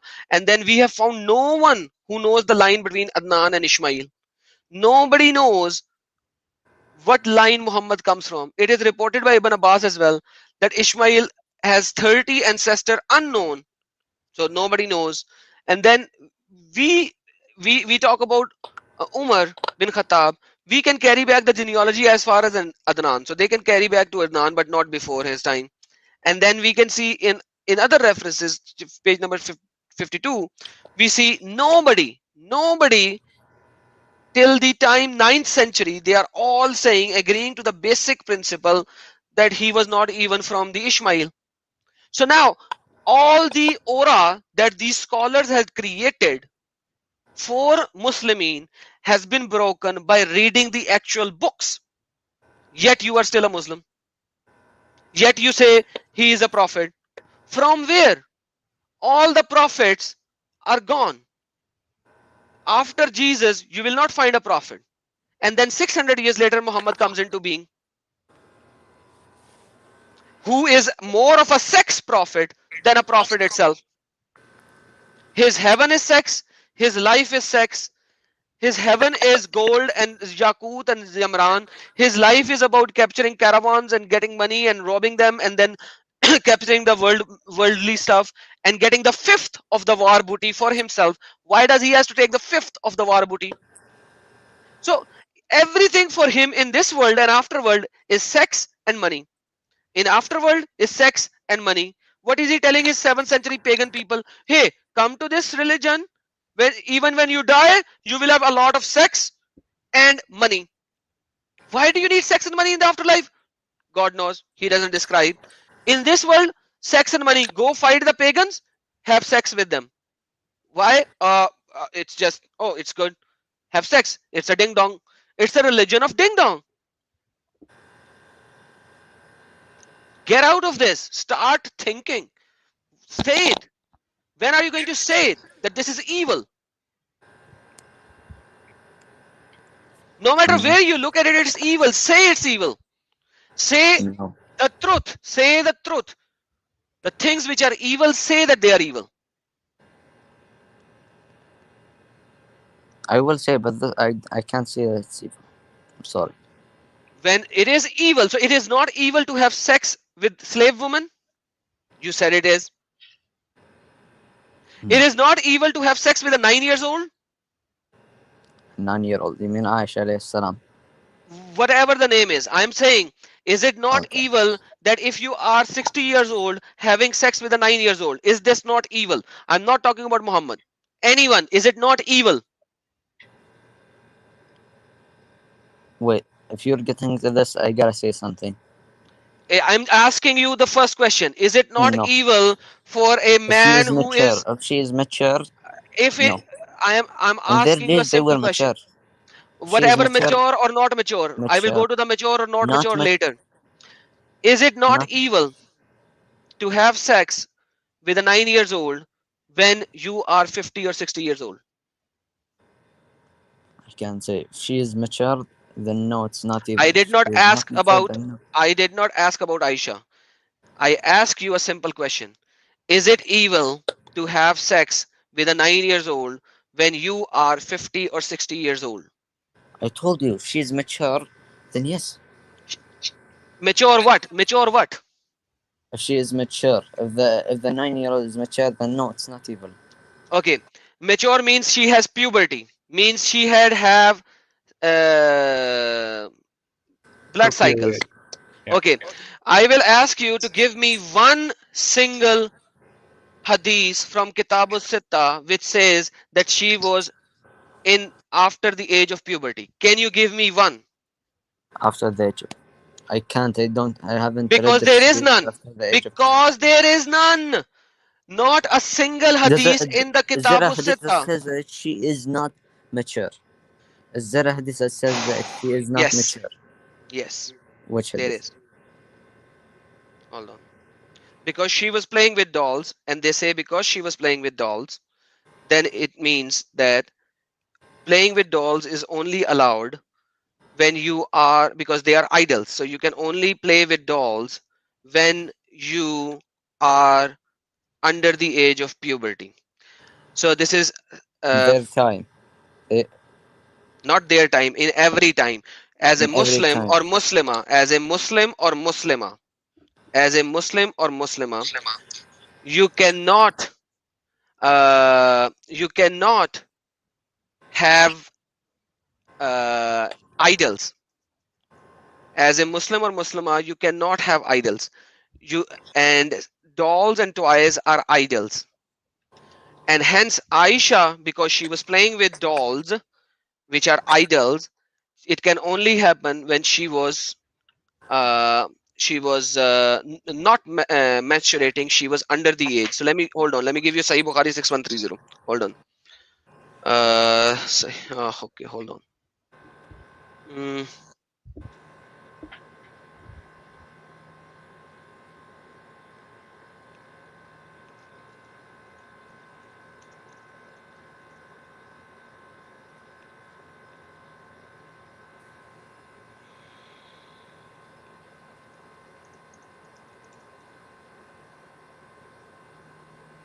Okay.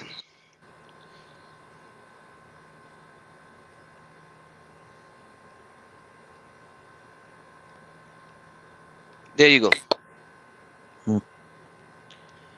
I used to play with dolls in the presence of Prophet. This is Sahih al-Bukhari 6130.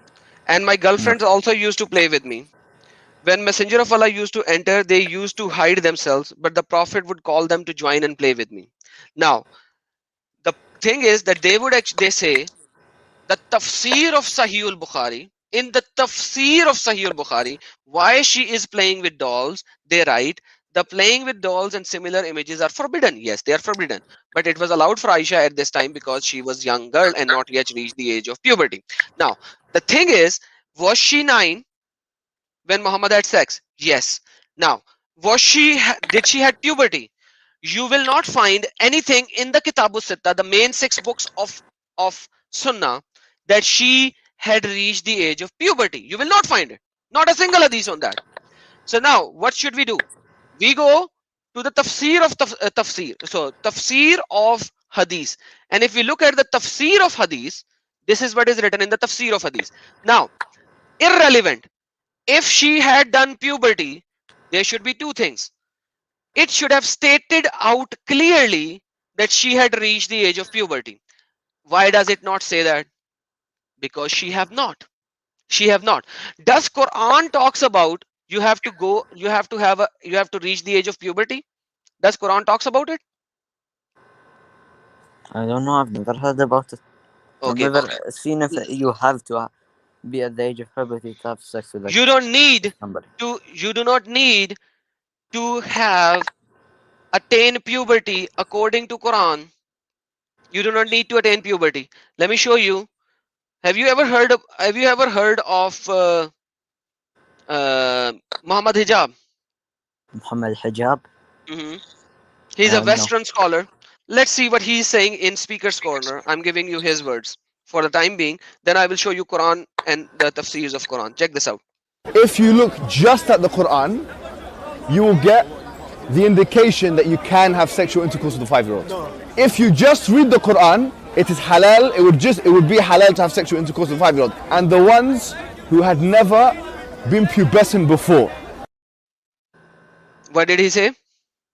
Said if you read in the Quran, it would be okay to have sexual intercourse with a 5-year-old. What can I do now? Now look at the Arabic scholar. You know Arabic very well, but English translation is also there. Read this. يعني كلام صحيح البخاري. نعم. كلام الفتح، كلام الحافظ في الفتح، كل ده بيقول انه الاتفاق على انه الكلام هنا على الصغيرة التي لم تبلغ الحيض بعد، يجوز تزويجها وإن لم يحدث وفاق تطليقها، والشرع قال هذا فعدتها كذا. مين اللي قال الكلام ده زي ما بقول لحضرتك كده؟ ولا لم يحدث؟ الصغيرة، يعني الصغيرة اللي هي لم تبلغ الحيض يجوز. نعم. الكلام تزويجها. طبعا الكلام ليس كلامي، انما الكلام على ايه؟ يعني تبقى مثلا كم سنة؟ يعني 10 سنين، 9 سنين، 8 سنين. لم يتحدث سن. الحقيقة لم يتحدث سن للزواج. لا، الشريعة الإسلامية كلها. هات لي حد يقول لي اتحدث سن بيوم، بسنة، ب10، ب15، ب20. انت على كده بقى، انت ممكن وهي لسه طفلة بقى شهر او شهرين بقى، ان شاء الله حتى يوم. Did you hear what he said? Yes. Okay. Now check this out. Why do they say that? There you go. I will give you the Quranic verse as well. This is the Quranic verse. Chapter number 65. Ayah number 4. It says, those who no longer expect menstruation among your women, if you doubt, then their waiting period is 3 months. And for those who have not yet menstruated, who are those? Let's look at Tafsir Al-Jalalain. Who have not menstruated because of their young age. This is highlighted and underlined. This is Tafsir Al-Jalalain. And this is Ibn Abbas. Do not have menstruation because they are too young. Yellow part. Underline part. Because of the young age, their waiting period is still 3 months. So you can have sex with them even if they have not menstruated. Another one. This is Asbabul Nazul by Asbabul Nazul. It says, Messenger of Allah, some women of Medina are saying, there are other women who have not been mentioned. He asked him, and who are they? He said, those who are too young, such as they have not yet started menstruating yet. Okay. And we can also see, where is my, okay, Ibn Kathir is not here, but Ibn Kathir actually says the same thing. I can show you Ibn Kathir as well, but it's saying the same thing. Now, Why is it not here? That's another problem. But anyhow, I can show you later. Now you are telling me that Quran is actually talking about this, and then everyone is actually saying Kitabus Sitta does not talks about Aisha being menstruating at that time. And you said no, she was mature. Okay, now, even if I take your argument that she was menstruating, which she was not, we have proved it. No Kitabus Sitta says she was menstruating. But for the sake of argument, she was menstruating. You are 60 years old. She is 9 years old. Her hymen, her vaginal part is not even developed yet. You are going to have sex when your penis is thick and big, because now you are 55 years old guy, and you are going to rip her apart. Why are you going to do such a thing?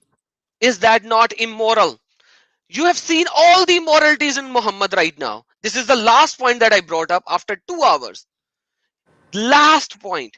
Still you are saying that you believe him to be a prophet. Why?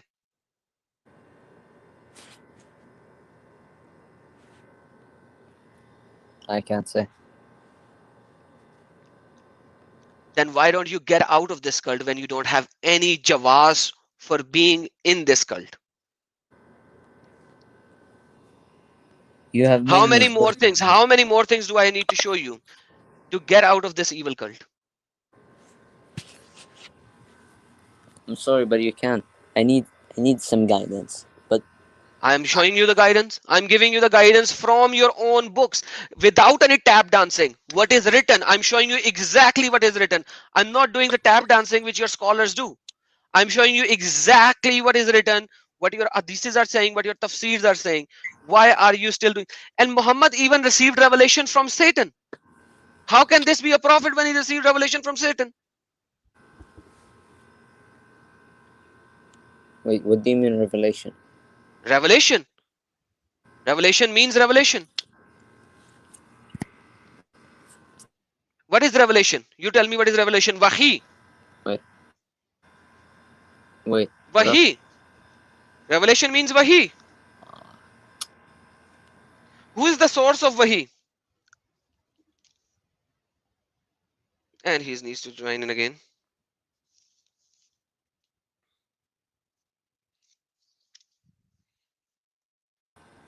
Okay. Who is the source of Wahi?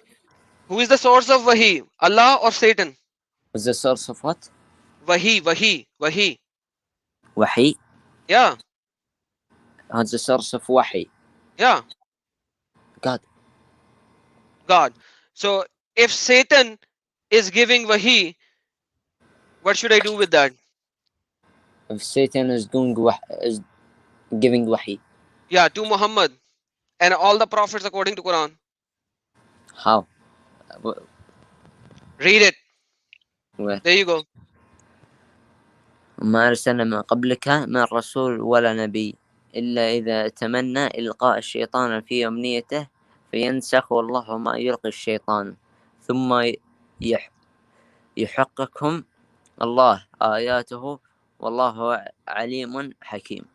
Okay, what did Shaitan do? Shaitan, his restriction. Shaitan في What did he do? أمنيته. Yeah, what did he do? يتمنى ألقى الشيطان في أمنيته فينسخ الله. We'll read the Yansakh Allah later. But does Shaitan give Wahi to the Rasul and the Prophet? Wahi to Allah and the Prophet. Yeah, did Shaitan give Wahi to the Prophets according to this verse? ما أرسلنا من قبلك من رسول ولا نبي. Wait, could you read the first part in English? Okay, you can read it in English. There you go.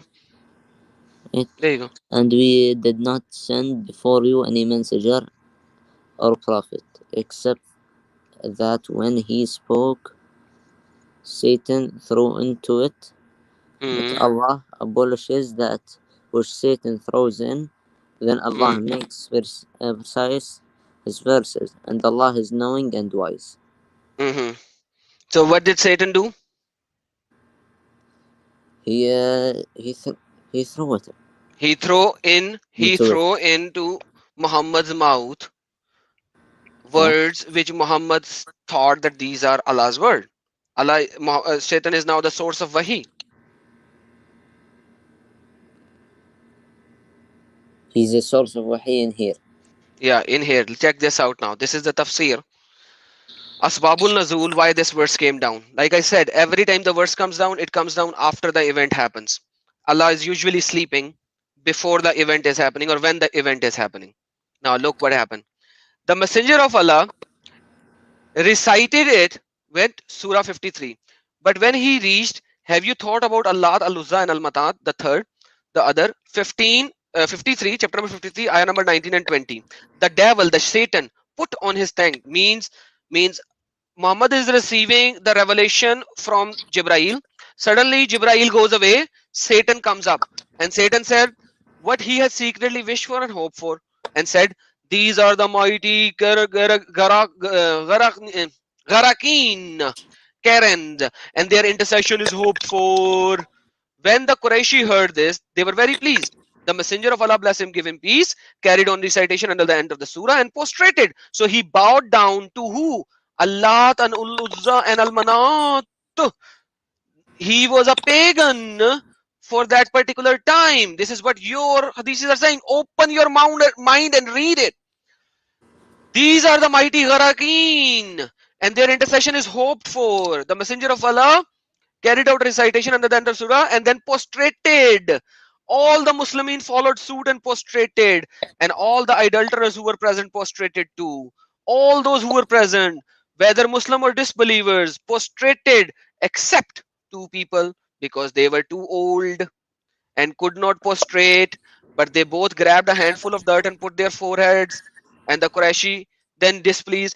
So basically, Jibrail is giving revelation to Muhammad, and Jibrail suddenly goes away, and Satan comes up, and then Satan says this, and Muhammad proclaims this, and then they all prostrated. How is this a prophet? Why don't you think from your mind? Why don't you open the lock of your mind and see the stupidity and the evil in it? How can a prophet of Islam cannot differentiate that there is only one Allah? There cannot be the daughters and etc of Allah. Quran chapter number 53 verse number 19 and 20. Why?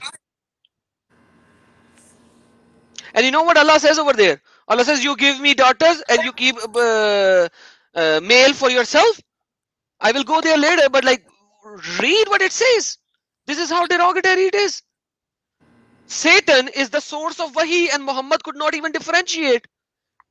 And then Allah later on, when he wakes up from his sleep, he comes up and say, hey Muhammad, oh, every prophet received wahi from the Satan. And he gives the chapter number 22, ayah number 52 to Muhammad. Oh, every prophet received this kind of a thing. Hello Allah, really? When? What are you saying? How can you just say that? Because there was no Allah.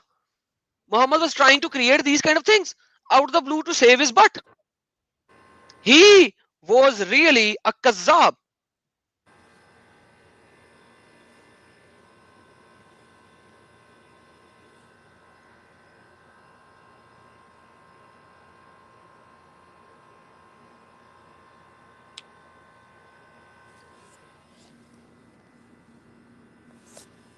Hello? Exactly, I'm waiting for you to answer. I can't answer, bro. You can't answer. Yet you do not want to get out of this cult.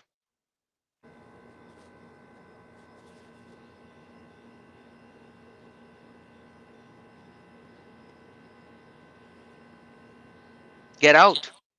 Say that Muhammad is a kazzab.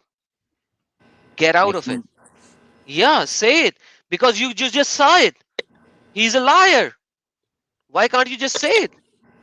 Because by being in it, you are definitely going to hell. That's the reality.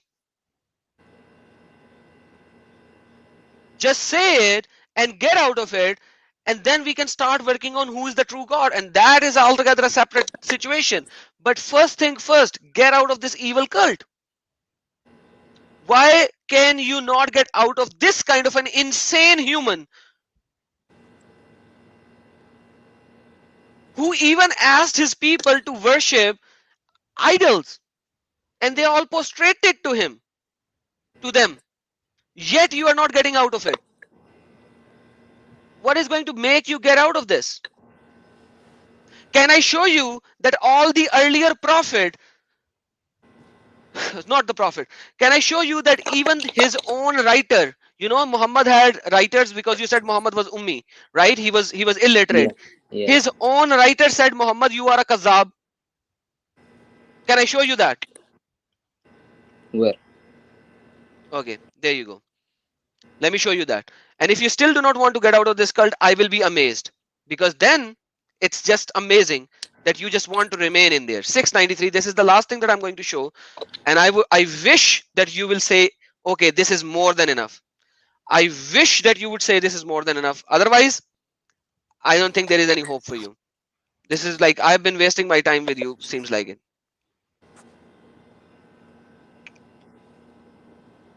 Okay, this is Quran, chapter number 6, ayah number 93. Oh, why did I select 9? I'm just so tired right now. And chapter number 6, ayah number 93. Let's go to first, which, let me go to first. Okay, let's go to English. Oh, English later. English later. Why should we go to English? Let's go to Arabic. You are an Arabic speaker, because in Arabic things are much more clearer than they are in English. Okay. in English. So let's directly go to, yeah. Let's go to Al-Bayzuwi first. We'll go to multiple tafasir, but let's go to Al-Bayzuwi first. Al-Razi, we can go to Razi as well, but Al-Bayzuwi first, because this is 685 Hijri, the closest. Okay, this is the closest. So what happened is, Muhammad is talking about the verse of Quran. Okay, Muhammad is talking about, did I just selected the right verse? This is not the right verse. 652. Oh my goodness, I'm sorry. 692. See how tired I am right now. I see. 692. I'm tired too. It's 2 Yeah, a.m. but like I'm actually working for you. I'm not even. Did I ask you for any money or anything? No. No. Do I get heaven when you do that? No. I don't need any person to get out of Islam so that I could get heaven. I just want you to see how derogatory this is. Okay, now check it. Nazalat. Okay. فلما نزلت ولقد خلقنا الإنسان من صلاة من طين فلما بلغت قوله ثم خلق الآخر قال Abdullah, what did Abdullah said? Abdullah said فتبارك الله أحسن الخالقين tajuban, because he was he was astonished, okay, that how Allah created insan.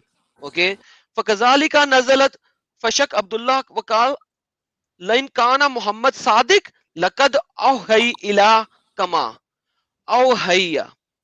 So if Muhammad, so basically when Muhammad was telling Abdullah bin Abdul Sara, when Muhammad was telling him, hey, write, and he was writing, okay, and then he was very astonished, and he said, فَتَبَارَكَ أَحْسَنَ الْخَالِقِينَ, and Muhammad said, write it as is. And then Abdullah said, oh no, Muhammad, if you are Sadiq, if you are true, then this is what I received as wahi. Otherwise, wala in kana kazzaban laqad kalat kama qal, because otherwise you are a liar, because this is what I said, not Jibreel said to you. Do you see what just happened? Do you see what just, you want to read it perfect? Read it yourself. ولئن كان كاذبا لقد قلت كما قال ومن قال سأنزل مثل ما أنزل الله كالذين قالوا لو نشأ لقلنا مثل هذا. Forget the rest. Read this part. That's it. There you go. أو قال أوحى إلى ولم يوحي إليه شيئا كعبد الله بن سعد بن أبي سرح كان يكتب لرسول الله صلى الله عليه وسلم، فلما نزلت ولقد خلقنا الإنسان من سلالة من طين، فلما بلغ قوله ثم أنشأناه خلقا آخرة، قال عبد الله فتبارك الله أحسن So who said الخالقين. that? Who said Fatabarakallahu ahsanul khaliqin? Who said that? قال عبد الله. Abdullah said that. And then because he was ta'ajub, he was like, wow, how did Allah created humans? And then what happened? Muhammad said, write it as is. And then what did he said? He said, if you are sadiq, if you are truthworthy, then I have received the wahi just like you did. Otherwise you are kazab. You are a liar. What should I do with this now? This is one of it. This is one of it. It's not just the end of it, but this is al-Bayzuvi. Okay. We can go to multiple other tafsirs as well. So even his own scribe actually said that Muhammad is kazab.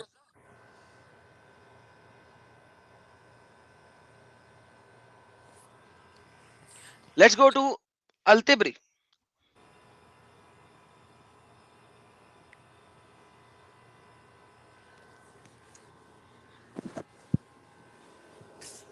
There you go. Aras.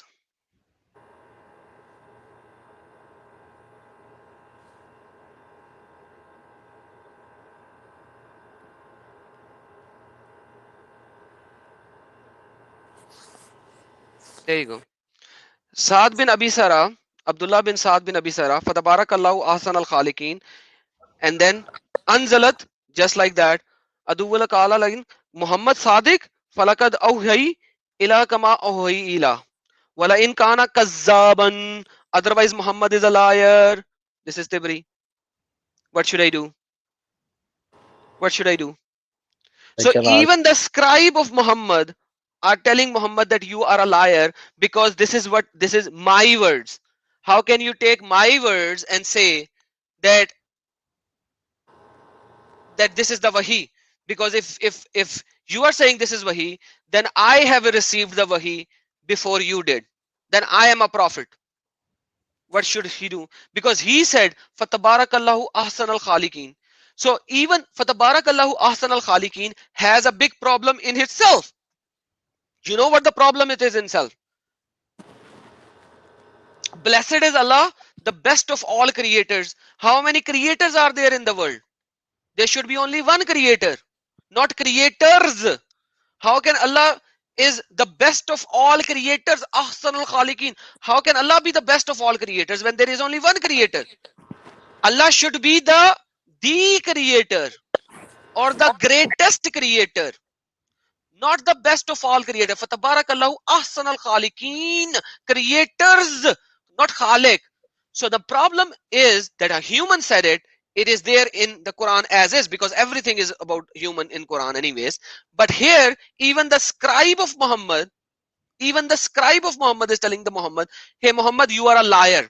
And you know what Muhammad said? When this guy ran away, and when Muhammad did Fatah Makkah, Muhammad said, if Abdullah bin Abi Sarah is hiding behind the curtain of Kaaba, still kill him there. Because he was so angry on him, because he was exposing his lies and deception. That's why Muhammad said that.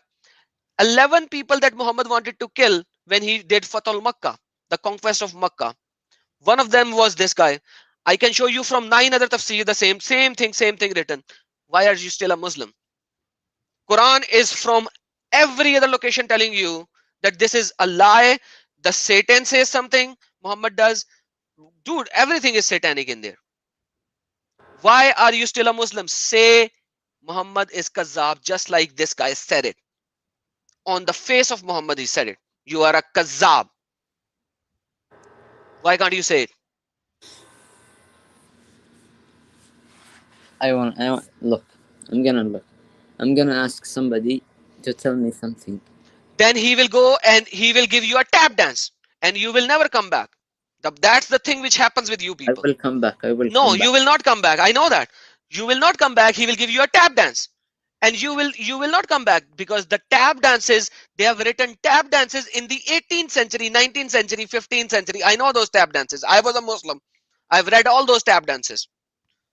All the earlier sources tells you he was the most kazzab prophet, Rasul, most kazzab Rasul. Say that he is kazzab. Get out of this cult, then ask. Get out of the cult and then go ask. Say that he is kazzab, then go ask with authority, because when you get out of this cult, your brain will open, you will start doing the right question.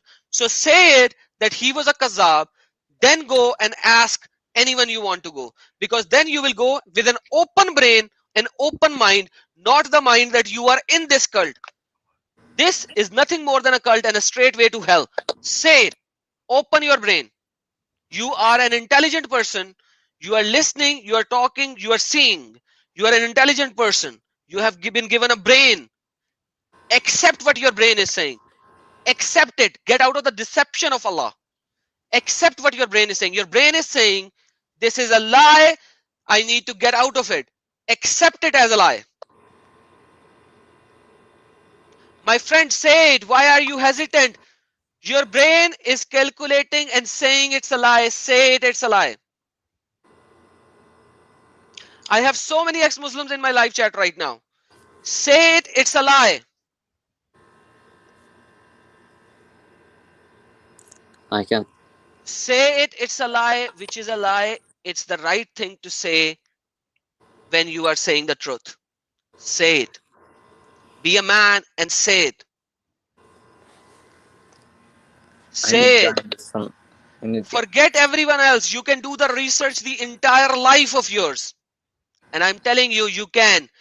Just think from the very beginning. Start looking at Islamic scripture from the other side. Then you will see the truth. Say, sitting in there, you will not see the truth. Get out of this, then start questioning. I'm telling you, get out of this. Now is the time. Now is the time. Say it so that you could get out of this and then go and start asking questions. Nobody knows your name. Nobody knows your face. Say it. Get out of this cult. Then go ask your scholars questions so that you could press the right question. So that you could press the right question. Otherwise, you will never press it. Because you will always have the Hurmat Allah in front of you. You will always think of blasphemy in front of you. You will never be able to ask the right question. So right now, say it. This is the moment. Say it. Say it. You are already there. Cross the line, which is the right line to cross. You are already there. You already denounced Quran. You are already out of it from your mind. Say it from your mouth as well. Get out of this cult. Say it, yes. Yes. He is. Amen. Guys, give him a rose. He's out of this satanic cult. Thank you. Thank you. Now you have an open mind. Everyone, give this Muhammad a rose. This is the moment of the truth. He now will start thinking from his brain. Thank you. Thank you. Blessings for you. Now, go and ask questions. Now you are out of it. There is no hurmat that you have to think about. And then come back here for any question. Because you are out of it, this is nothing but a lie. I am here and I will give you the answer for any question that they will tap dance for. Congratulations. Everyone out there is congratulating you. They are happy for you. They are happy for you. This is a blessing that you are out of this darkness. You're out of this darkness. Look at the roses that you have. You can go and watch my live stream later. Look at the roses that you have. Awesome roses. Praise be to the true God that you are out of this deception. You are out of this deception. Now, because you are always thinking about your afterlife, you can go and ask questions to your scholars first, or you can start reading the Bible as well. And then come back to me whenever you want to, and I can go with every question of yours. How about that? Sounds good. Sounds good? Because it's already 2 hours, 30 minutes into our discussion, and I know you are tired, and I am very tired as well. Hallelujah that you are out of it. That you are out of it. Now, I will give you a recommendation. A recommendation is start reading the gospel accounts. Start reading the gospel of Luke. You can get it on the internet. You can read Gospel of Luke. This is the first gospel that you should read, and read it. And then you know what? Then you and I will have another conversation, and we will look Gospel of Luke from the Gospel and from the Quran, and we will see where Quran goes wrong and everything goes wrong. But the beautiful part is you can now go to your scholars and ask them questions when you are outside it. You know Muhammad is wrong, you know Allah is not a God, and you know Muhammad is not giving you revelation from Allah. So now you can question, and the pressing question. And you know what? I was thrown out of 3 mosques. I was thrown out of 3 mosques. You know why? Because I asked the hard questions. And this is going to happen to you when you ask hard questions. They will throw you out because they cannot answer. Because when you start questioning, they will throw you out. Whereas if you ask anyone else religion a question, they will give you answer. Only in Islam, when you ask the pressing question, they will throw you off. Go and ask the question, and you will see you will only get a circular reasoning, a tap dancing. All the flowers for you, brother. Wish you all the best. And Goodbye. please keep me in your Discord. Work with Con. I have your Discord, and I will answer you on everything and anything My that you charge is ask. 1%. All right, brother. You take care. 1% battery goes. Charge your battery. Battery is down at the right time. Thank God you are out of this cult. Praise be to God. Goodbye. And Have a thank good you so very much for being here. Everyone, hallelujah. This brother of ours is now out of this cult. Now he can see the truth because he's out of the darkness. The curtains are now teared off for him. The curtains are teared off. That's the beauty. When you are in this, when you have the curtains of Islam, you cannot see the truth. Yet, I praise him for thinking logically. He was thinking logically. He has a brain, and he was looking at the things from the logical perspective, and he can see it's nothing than evil, wrong, and that's the reality. Good job, my friend Muhammad. Next time come with a different name. You don't need Muhammad doesn't suits you. He was evil. Muhammad is actually my name. So no worries. There are so many Muhammads. Once again, you are far better than the Muhammad of Islam. You are far better than him. So praise be to God that you are out of this cult. All glory to him that he has given you the true sense and logical brain which you used, and you are out of this cult. God bless you, brother. Guys, thank you so very much for watching, and your roses and prayers. Remember this Muhammad friend of ours, brother of ours, in your prayer, so that he will come to the saving knowledge of Jesus. And that's the thing. Just like I was once a Muslim, now I know the truth and the life which is in Jesus Christ. Now I know that, and he will know that soon, because when you open your brain, when you open your mind, there is nothing that can stop you from finding the truth, because the truth is only in Jesus Christ, because he said so. He is the truth and the way and the life, and that's what he is.